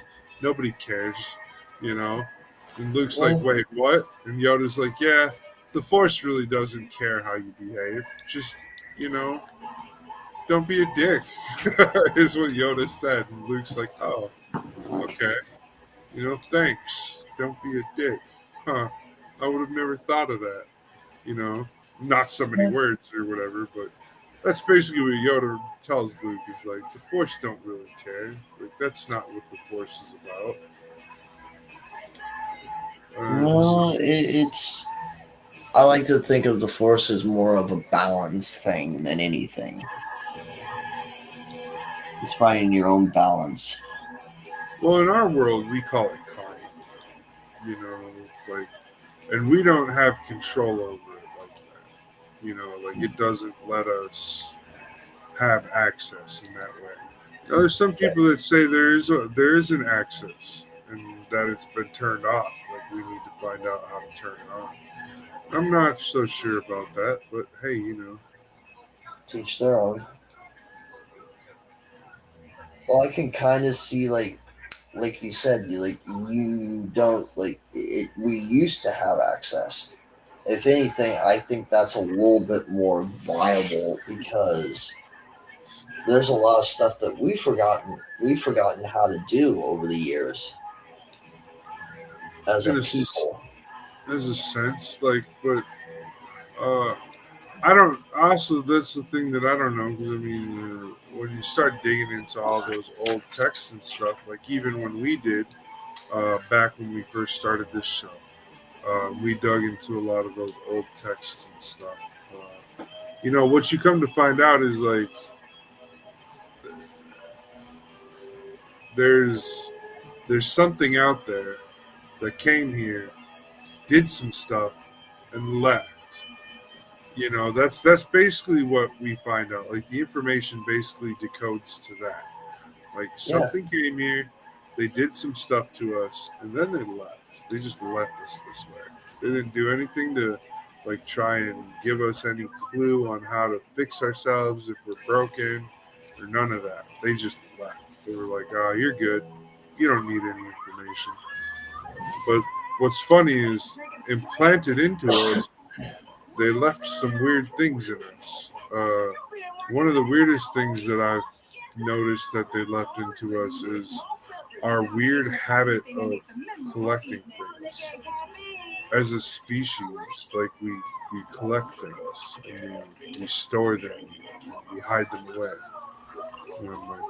My wife said something about the ooh shiny theory or whatever to me a while back. And I was just, like talking to her about this concept, and I kind of agreed with her. I was like, I think the ooh shiny is right. Like, that makes total sense. So, because water is shiny. And, yeah, I can see that.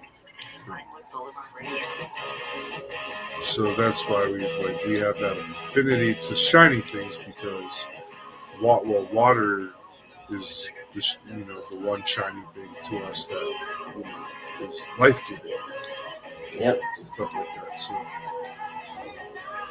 other things might be the same way, and our brain goes, "Oh yeah, you gotta collect that." But one of my theories on it, or what my theory was, is that we were programmed by whatever did come here and create us. That while they're gone and not here on our planet, that they programmed us to collect what they came here for, and that when they come back, they'll collect and make do on what they came here for originally. So, Which could be a number of things. well, in the text that they found in Iraq uh, from ancient Sumeria, they clearly lay out what it was. It was they came for gold because their planet needed gold in the atmosphere or whatever to maintain the whatever, and that they decided to come to Earth and harvest Earth's gold. Well, apparently they had harvested a lot of Earth's gold and didn't need anymore, and they left. But they left us, their workers that they had engineered from the primates that lived on this world, the original, what would have become men, and enough Yeah. evolution happened. Well, we're so far advanced to our ape cousins that they're just now starting to enter the Stone Age. Like in this last 30 years here, a large grouping of different types of chimpanzees and gorillas and stuff are all entering their Stone Age in their species, which is crazy cool because we get to observe it. But Oh yeah. we we were genetically altered faster, so our Stone Age happened faster. Yeah. And and so that's the difference. And people are like, oh well, why are there still apes and stuff if we evolved? Well, a big part of it is I don't think we just evolved as naturally as the apes did. I feel like somebody came in and put some DNA on us and gave us a trip. I just found, I think, the fastest bike in the game. But yeah, I'm right there with you. I think that as far as the missing link goes, I think that we were definitely placed on this planet. We were definitely designed for this planet to be Huh? top of the food chain. But Oh yeah. we can't forget, just because we hold the big stick on this planet as far as beings go, that there aren't other big sticks out there. I think we don't hold the biggest stick. I just think we hold a stick because I think there's other creatures on this planet that still outperform us. Like the octopus. Mm, Uh, they're pretty smart creatures, yeah, they are. and they've like Ours I are feel too, like though. they've evolved beyond the necessity of creating things. They're exploratory and they like to investigate, but they have gone beyond the whole want to create things or produce things. They're just a species that's here to observe everything. And it's pretty clear they're here to observe because they're really good at it. That's what they're really, really good at, not being seen and observing. You know, so because I've watched tons of videos of these things escaping enclosures and cages and stuff. They're like, yeah, we tried to keep this octopus from getting out. We put it in a jar, in a tank, in a cage, in a locked room, and this dude still got out. You know, Yeah, so there's those videos. So I'm just thinking, that species is it's incredibly smart, but it just hasn't developed uh, the thought process like us humans have to where we need to build and collect and hoard things. You know what I mean? Like yeah, we're just us humans. We have that weirdness about us that we have for some reason we have to collect things. I don't know what it is.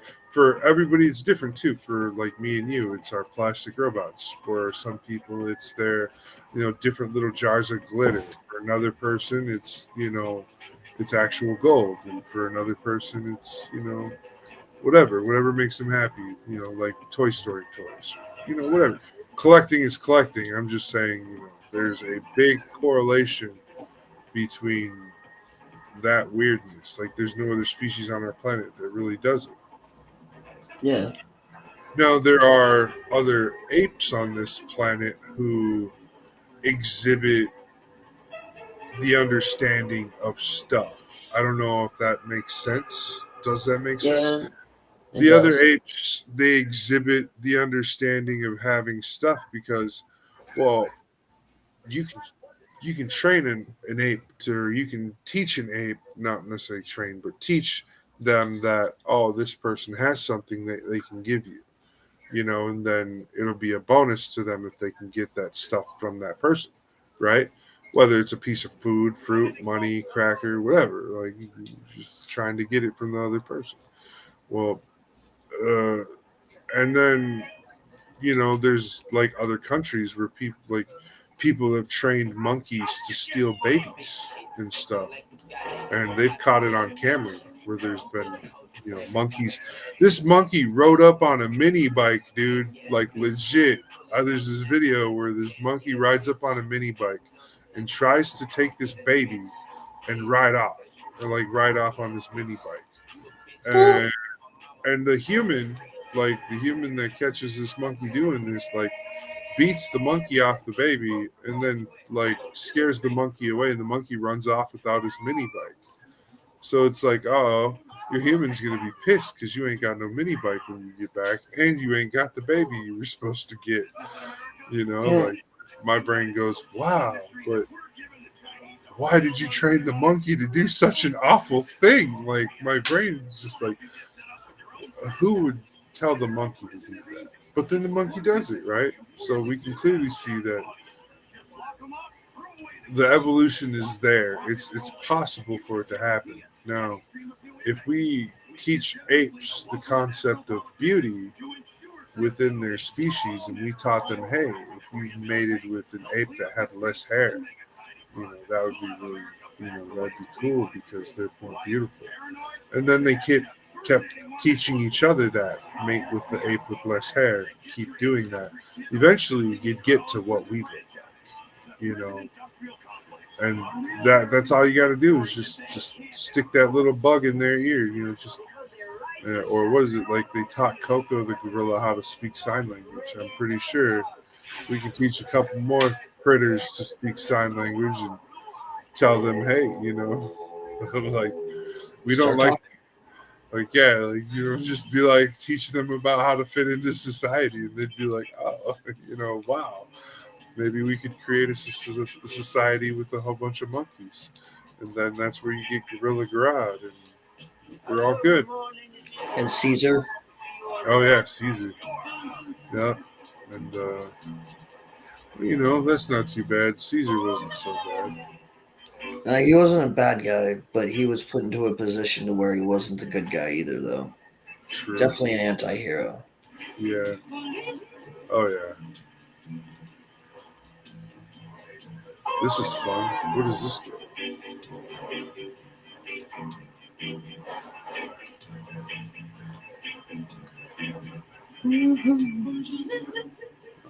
So with back to faster than light travel though. Yeah. With that, there's also other things you gotta, also come up with and fix while you're on that whole spiel of faster than light travel because uh, you don't want to be going really really fast and have something coming the opposite direction hit you and blow a hole through you. So uh, there's other things you got to come up with still, like how to power on a Higgs boson field. I've done the groundwork for it. I know how to set it up and everything. I haven't tested the the actuality of it. I guess if you want to get into specifics, but a Higgs boson field um, is basically what we're doing in this whole theory and setup and experiment is we are trying to lure out the particle known as the Higgs boson. We're trying to entice it into playing with our wave of energy. And if we entice it into this wave of energy, we could possibly lock it. And when we lock it into this wave of energy, it makes what we call solid light, or it makes light into matter. And what we can do with this light matter is we can create a force field. And this light matter can be tuned to bend and become all sorts of different shapes through uh, through a certain type of magnetic sound manipulation. People are already doing this. This isn't new. All these different things that I just brought up, they're all real and separate things, but nobody's taken the time to start putting them together. So what we do to entice this Higgs boson field is we take and ionically charge some particles and we excite them between these radio wave barriers, and it attracts the Higgs boson particle to these other particles to get them to interact, and it locks the Higgs boson in place. Now, you to build up a barrier level, you have to stack this. You can't just, do one layer. You have to do at least, 6 to 30 layers of this whole process. So what you're going to do is you're going to create these plates, these panels, and you'll cut out the center of these panels, but then you'll create holes and stuff where you can pump these particles through, and then you'll also create these dead spaces where you're pumping wave band through. And when you pump this electromagnetic wave band through these particles, it excites the particles, lures in the Higgs boson, traps the boson, locks in the boson, creates the particle of light to become a particle of mass, creating basically, if my theory is right, there is a way to take this and create a lightsaber out of it. Nice. There's a way, or what we would call a light sword for that instance. But Yeah, and then you could turn it whatever color you want just by adding an LED behind it. But it's clear. It's going to be a clear light. You'll see it. You'll notice that it's there, and it'll give you those um, the force fields that they use in Star Wars, where the Tie fighters go through the bay door, and you see that force field that they go through. Oh, a ray shield. Yeah, yeah. That's basically what I'm talking about designing and building here.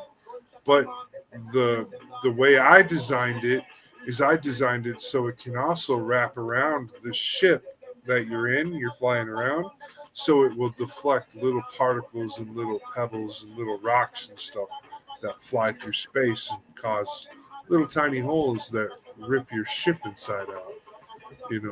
Things you don't want to happen. Yeah. You definitely don't want that to happen while you're in space.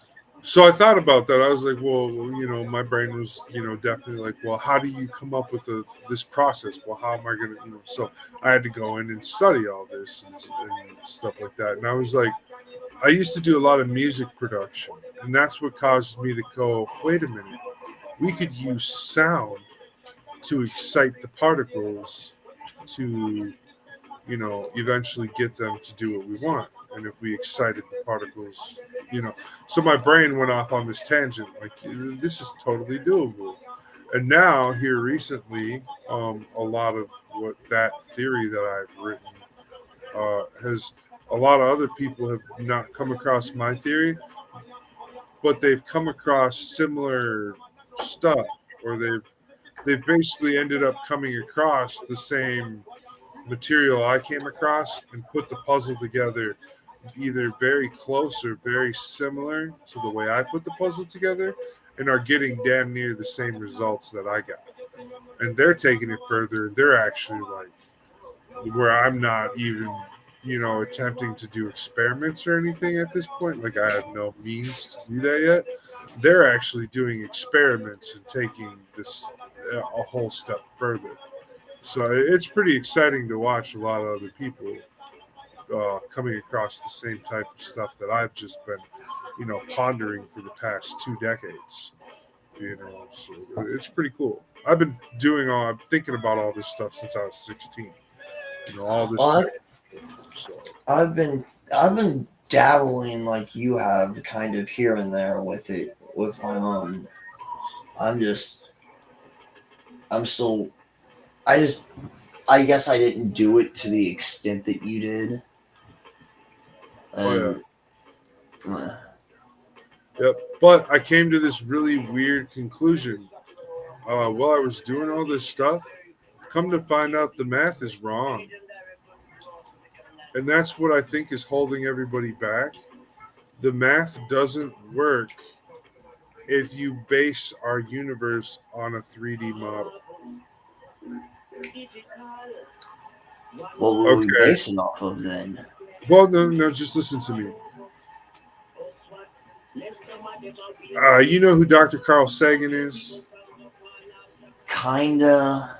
Okay, so he was one of the first scientists to introduce us to the concept of a tesseract, a real tesseract. Yeah. Okay, in real life, he was one of those first scientists in real life to show us what it could look like in reality, right? Well, he Yeah. has this whole thing where he talks about reality and what plane of reality is, and where we exist and how we exist and stuff, right? And in this theory, he talks about, okay, if a one-dimensional being existed, it would exist in a two-dimensional world. Okay, and then he goes on to say that this being could only move, in these directions. It can only move this way, right? And then he goes, if a two-dimensional being existed, it would live in a 3D world,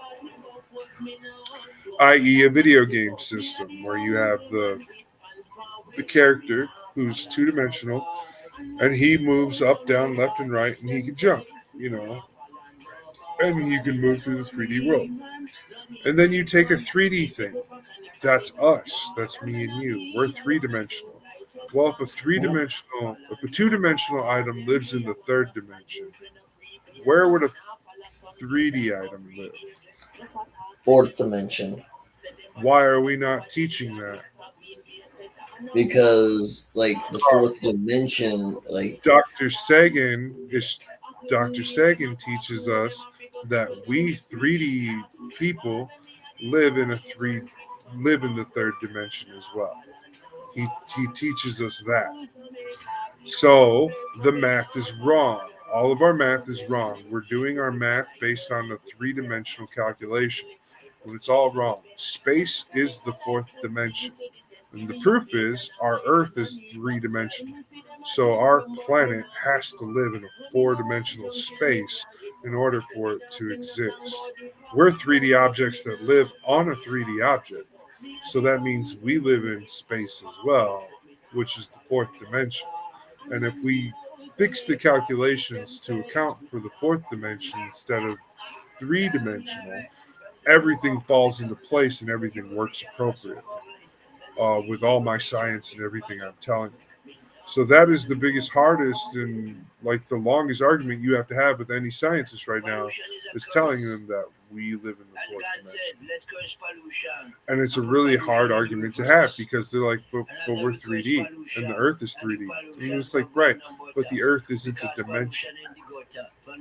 The Earth is itself a thing, an object, just like we are. We are a thing, an object. On that basic example.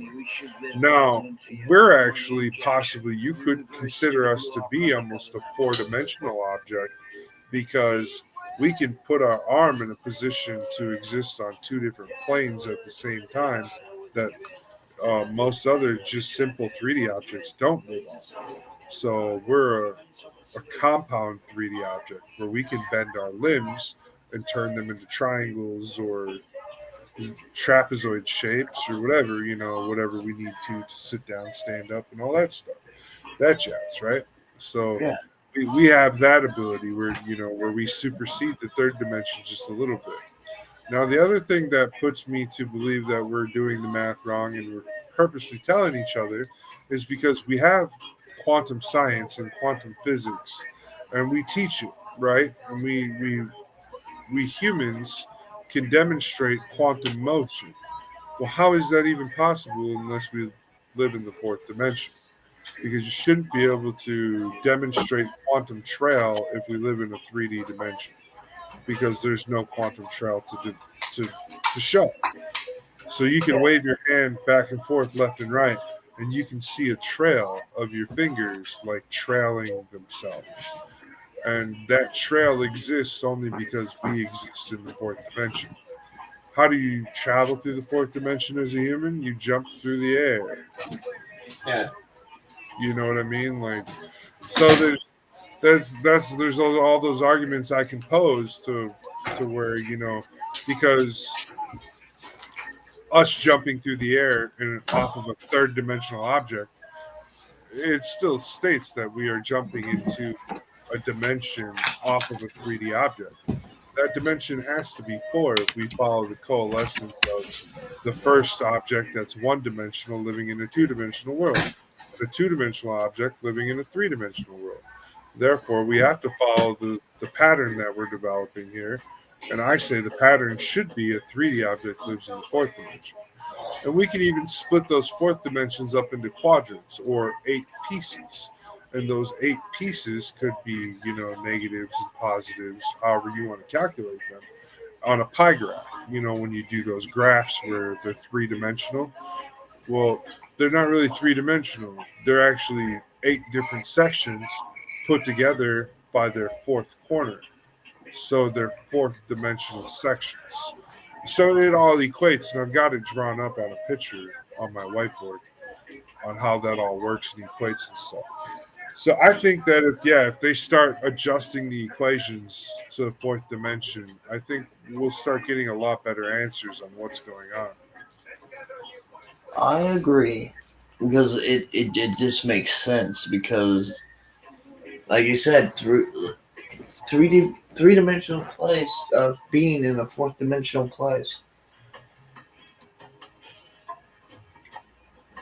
Well, that's the science I got, and so when I just when I listen Carl Sagan say that, I was just like, wait a minute, that's not making sense. And he was like, well, because he's like, and now the Tesseract he shows us, that's a 5-dimensional object. So he's showing us an object. Well, he's not completely wrong. Where it being out of our dimension and what it would look like. He's just he forgot to calculate that last, little.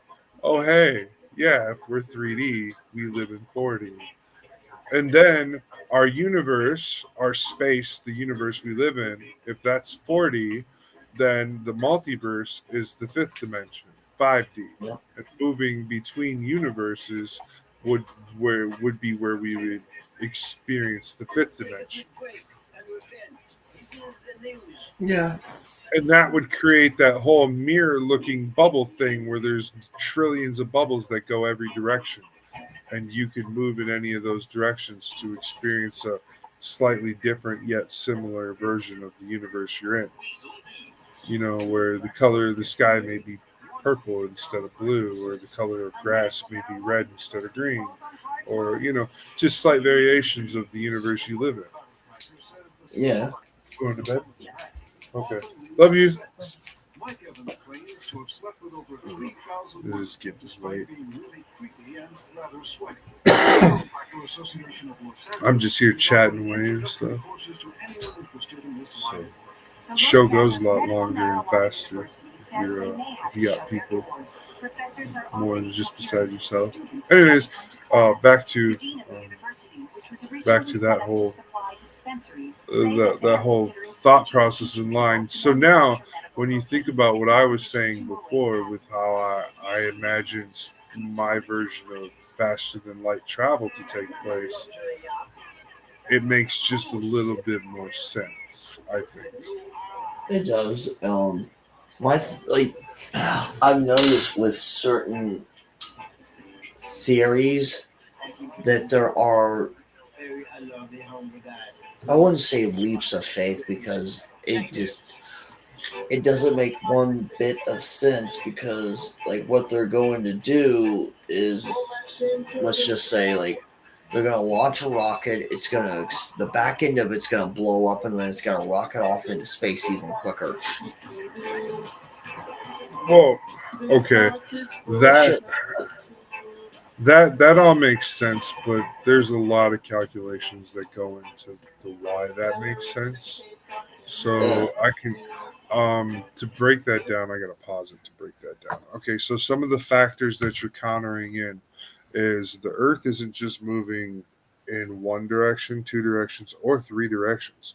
The earth is actually moving in four different directions at the same time, right? Because the earth spins, the earth is rotating behind the sun in a trail of a spiral, and then the earth is actually moving with the sun around the galaxy, and the galaxy itself is also moving. So all those different movements are all being part of that equation on how to get this rocket off the ground. Then the next equation is weight.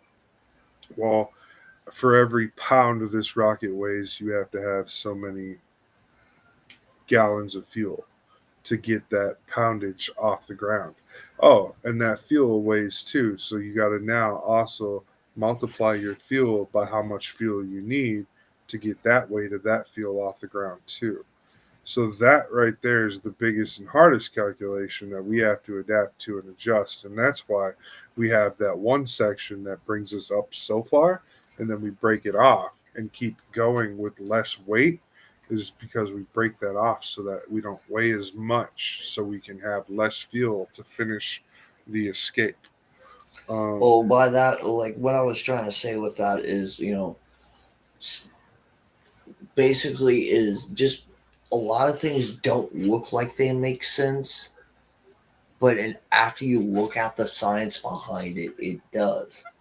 Mhm. Too many Yeah. people that I've noticed this day and age are going straight by visual.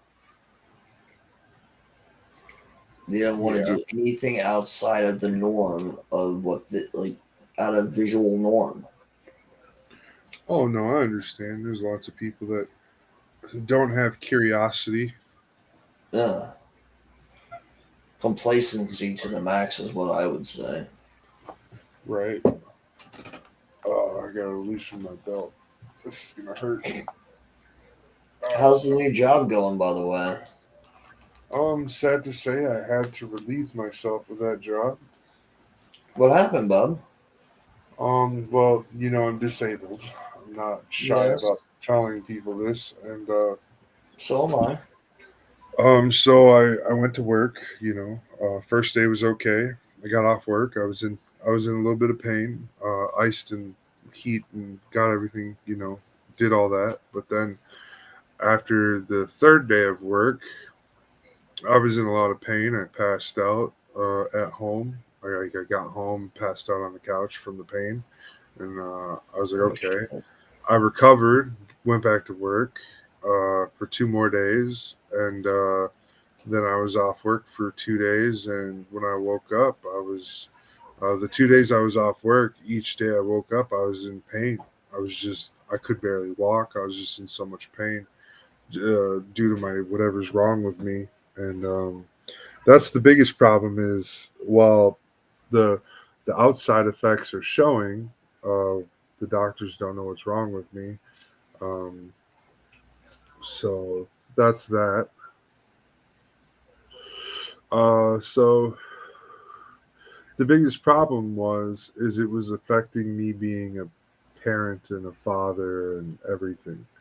So me being at home and being functioning at home is very important for my whole family. And if I'm not able to do that, I shouldn't be going to work. Like, you know what I mean? Like, I get so that. because it's robbing my kids of a dad. They don't. I wouldn't want a dad that's stuck on his butt, not able to do anything. I'd want a dad that's ready to get up and go do whatever with me. So, hmm I, I would have loved to have that as a kid. well, I'm not the happiest about the whole situation. This is my truth. This is what happened, and I went into work on that morning, my next shift, and I just told my manager that was there opening the store. I told her, I was like, "Hey, I can't live my life in pain. It's affecting my home life, and I just can't do it. I appreciate the opportunity you gave me, and I wanted to just come in person and tell you this, and tell you that I'm super sorry." And they were like, "Well, thank you so much for coming in. Is there anything anybody here did to cause you to make this decision?" I said, just they're covering their ass. And I'm like, "No, nothing's wrong. I have no reports or complaints. I physically can't do it." They were Yeah. like, "Oh, okay." And I was like, "Go lay down. Go lay down." Uh, so that was that. That's all that was. And it was going good, though. Like, while I was there and able to function and everything, I was doing my job. Hell yeah, but that made you feel good. It did. It just it was a big mental blow when I had to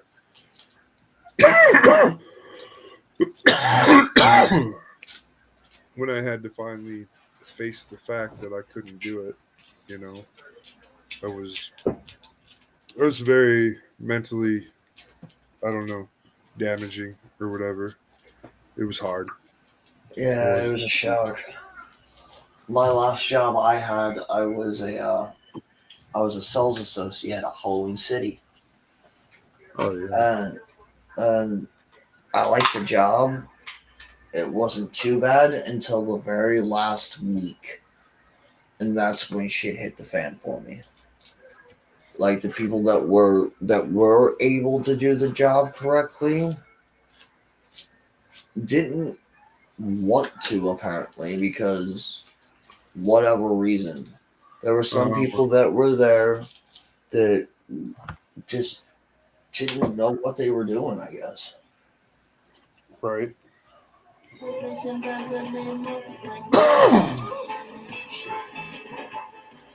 So when I would go into work, I got told there was one day where I had to recover the store like 5 or 6 times 6 times, and that like within a couple of hours of me recovering the store, there'd be a family that would walk through, and they would just let their kids go ham with the Star Wars costumes. Oh, that's bogus. Yeah,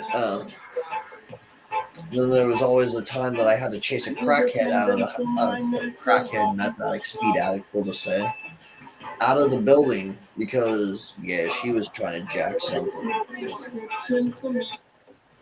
Yeah, I just watched a guy go through a trash one day. One day while I was at that job, I watched a guy go through our trash to dig food out of the garbage. I was like, "What?" I was like, "What is going on with this?" I was like, "Don't we like?" I was like, "This is weird." Like he sat there and watched me and waited for me to look away, and then he stuck his whole arm in the trash, and I was like, "Whoa!" I didn't like. I said something to the person that was training. I was like, "Do you see this guy?" And they're like, "What? Who? What? I don't see anything." And then they walked off, and then the dude like kept on doing it, walking around, picking things up, taking things from people's tables. I was like, "What is going on here? This is amazing!" Like amazing. Like I'm baffled. Like the new training.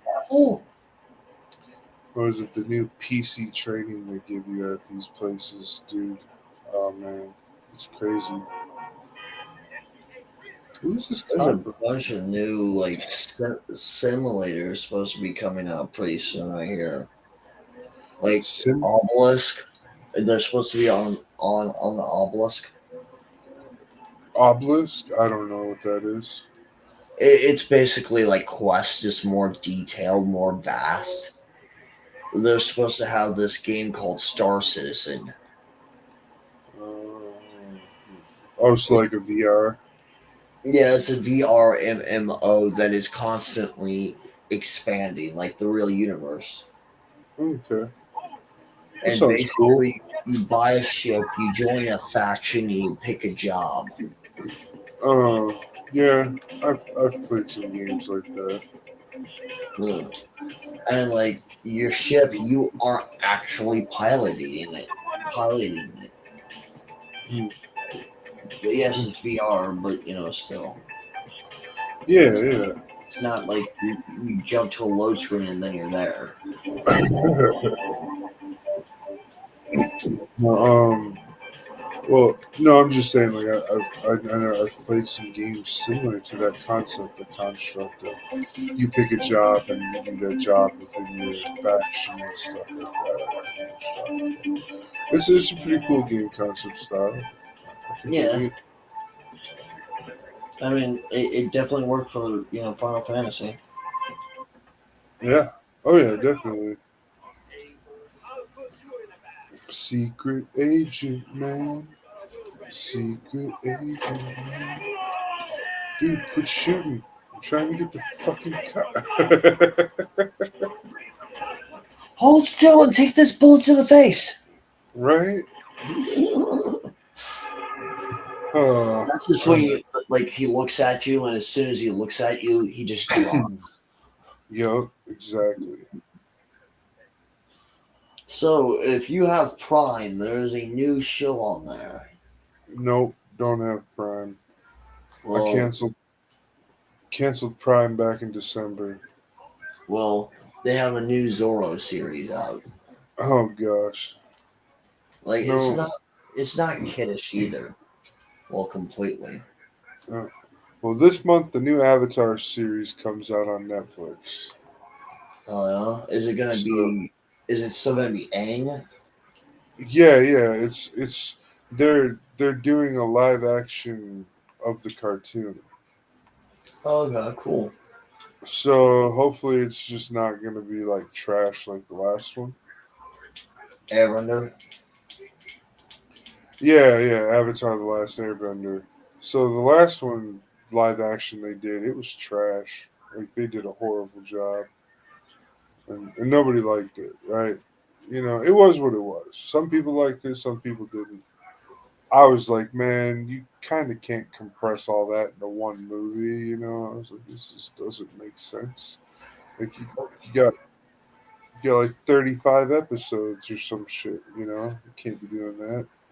Well, somebody got wild hair up their butt at Netflix to go, hey, let's just do it. Let's like do 3 episodes per episode or whatever.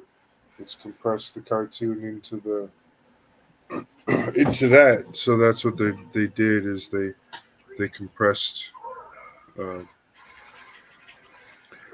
is what I get is they took 3 episodes of the cartoon and compressed those 3 episodes into one episode on this new live action. So there's gonna be 10 episodes, but it's gonna have the content of 30 cartoon episodes. Hmm.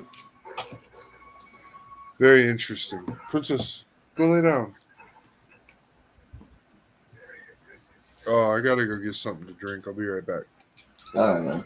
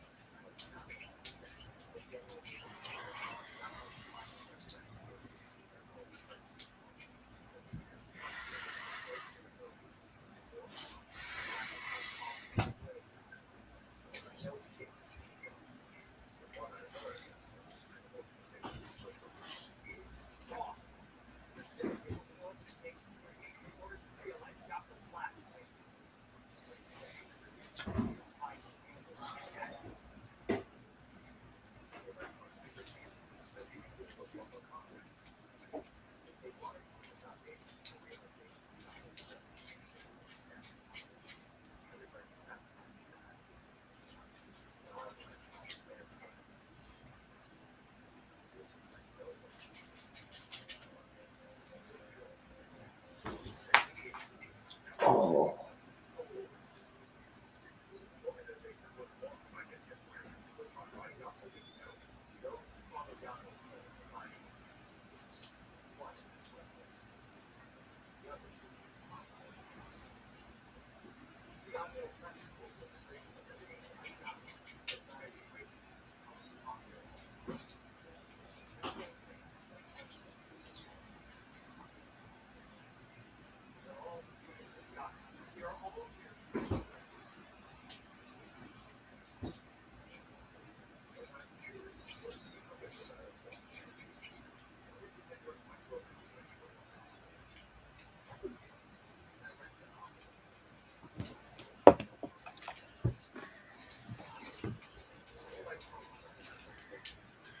All right, I'm back.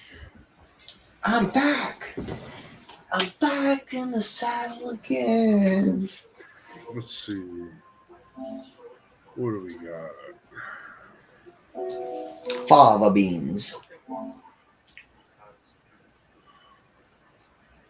This game's pretty fun. I want to check out the new Spider-Man game for 4 and 5. Spider-Man. Amazing Spider-Man. Oh, you want to see that? I wouldn't mind. Well, I wouldn't mind playing that myself. Oh, I was just saying because I got it. I hear that you can pick Spider Miles. Yeah, you can be Spider-Man or Miles. Hell yeah! Total play time 255 hours and 28 minutes. Damn. This is the day one, year one profile. So Damn. this profile, I've been playing on this profile since day one, year one. So it's just, I was like, when I heard about this game, I was like, yeah, dude, I would love to play a space game like that. Like that's insane. For So me, it's always as far as games like that go. It's been like Command and Conquer.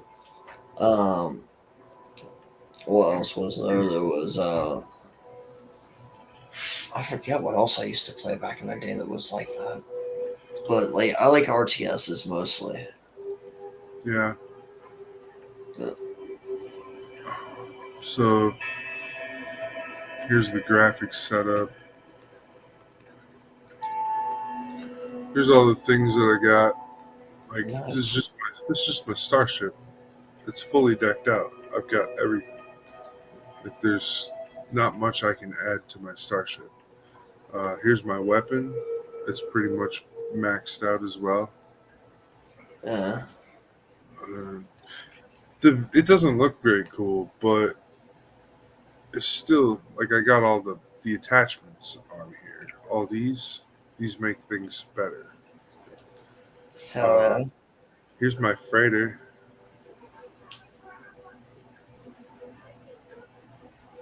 Looks like a star destroyer. Mm-hmm. Even the back looks pretty dope.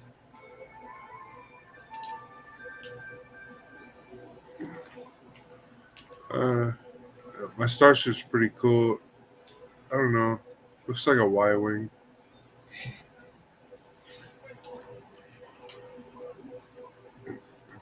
So this game's awesome though. Like,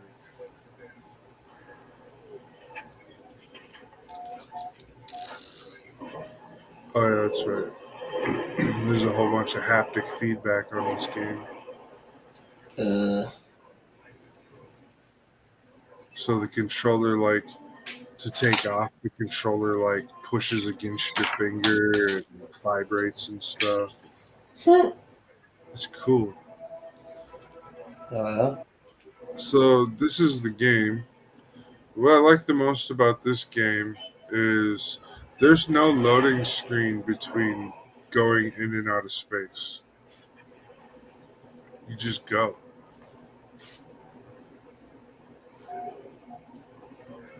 Because so Hmm. like here I am, I'm re-entering, obviously, Yeah. but there's no loading screen. Oh yeah. So I just entered the atmosphere and I just left the atmosphere. No loading screen. The only time there's like a loading screen is when you jump between star systems, which is Hmm. understandable. It's a whole freaking star system. Yeah, but here's the galaxy. Damn. Like every star, every dot really is a star and a dot. And that's really like, places you can go and stuff like that. So that's how big and vast this galaxy is. Yep.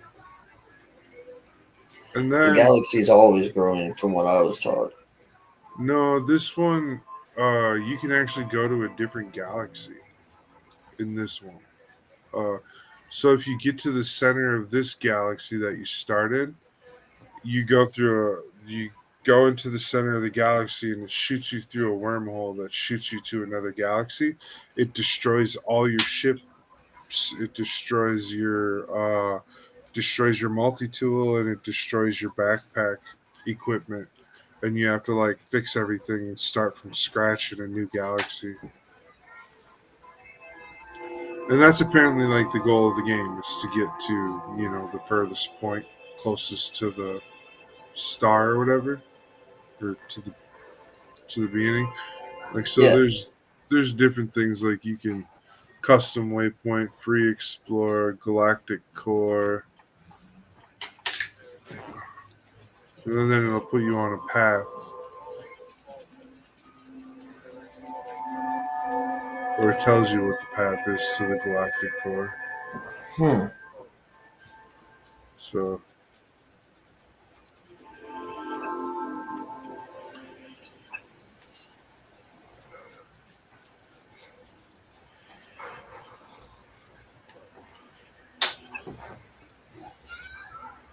so this is what it looks like when you go through your warp drive on this, and they call it warp Hmm. drive in this game, or hyperdrive. Well, with Budger doing what he's been doing lately, and that's somebody I've been dealing with. What's Like, that? he looks like a rainbow gone wrong, kind of. Like that's just what went through my mind. He's one of those. He's one of those. do what I say, not what I do, and I'm always right type of people. Oh. Uh, Yay, narcissism! Isn't it wonderful? Mm-hmm. It's my partner's ex, so I've kind of got I have no choice but to deal with them because they have kids together. So Well, it's always fun, isn't it? yeah, well, it's worth it because with my first family, before I lost them, I had purpose, and then after I lost everything, I was pretty dead inside. Yeah, I can imagine. I wouldn't know what to do if I lost, you know. I just don't know. I don't And have I a. I I don't have don't. a fathomability, bro. I don't know how to fathom that. That's not something. My mind. No one should have to deal with that, anyways. In my mind.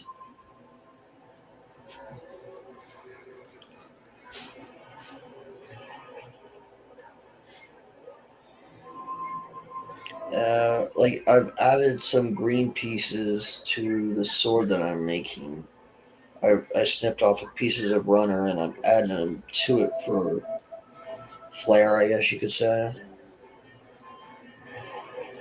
Okay.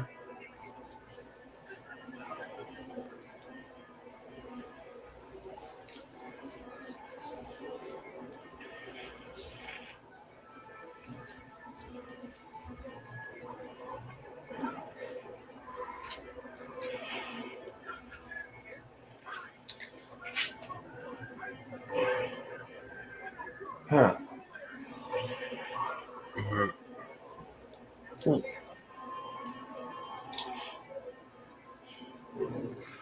oh man.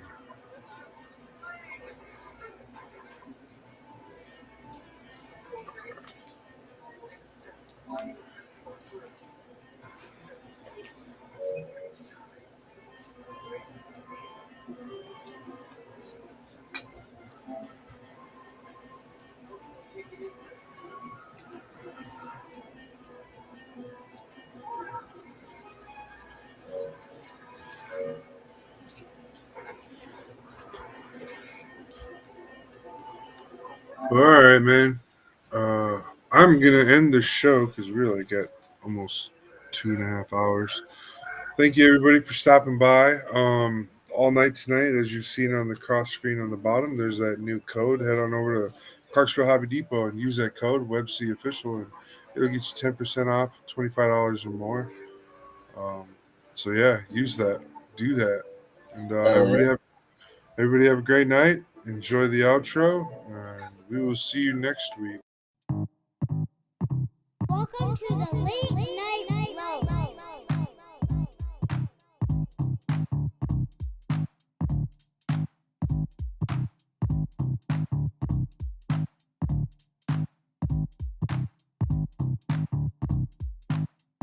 The Late Night Load.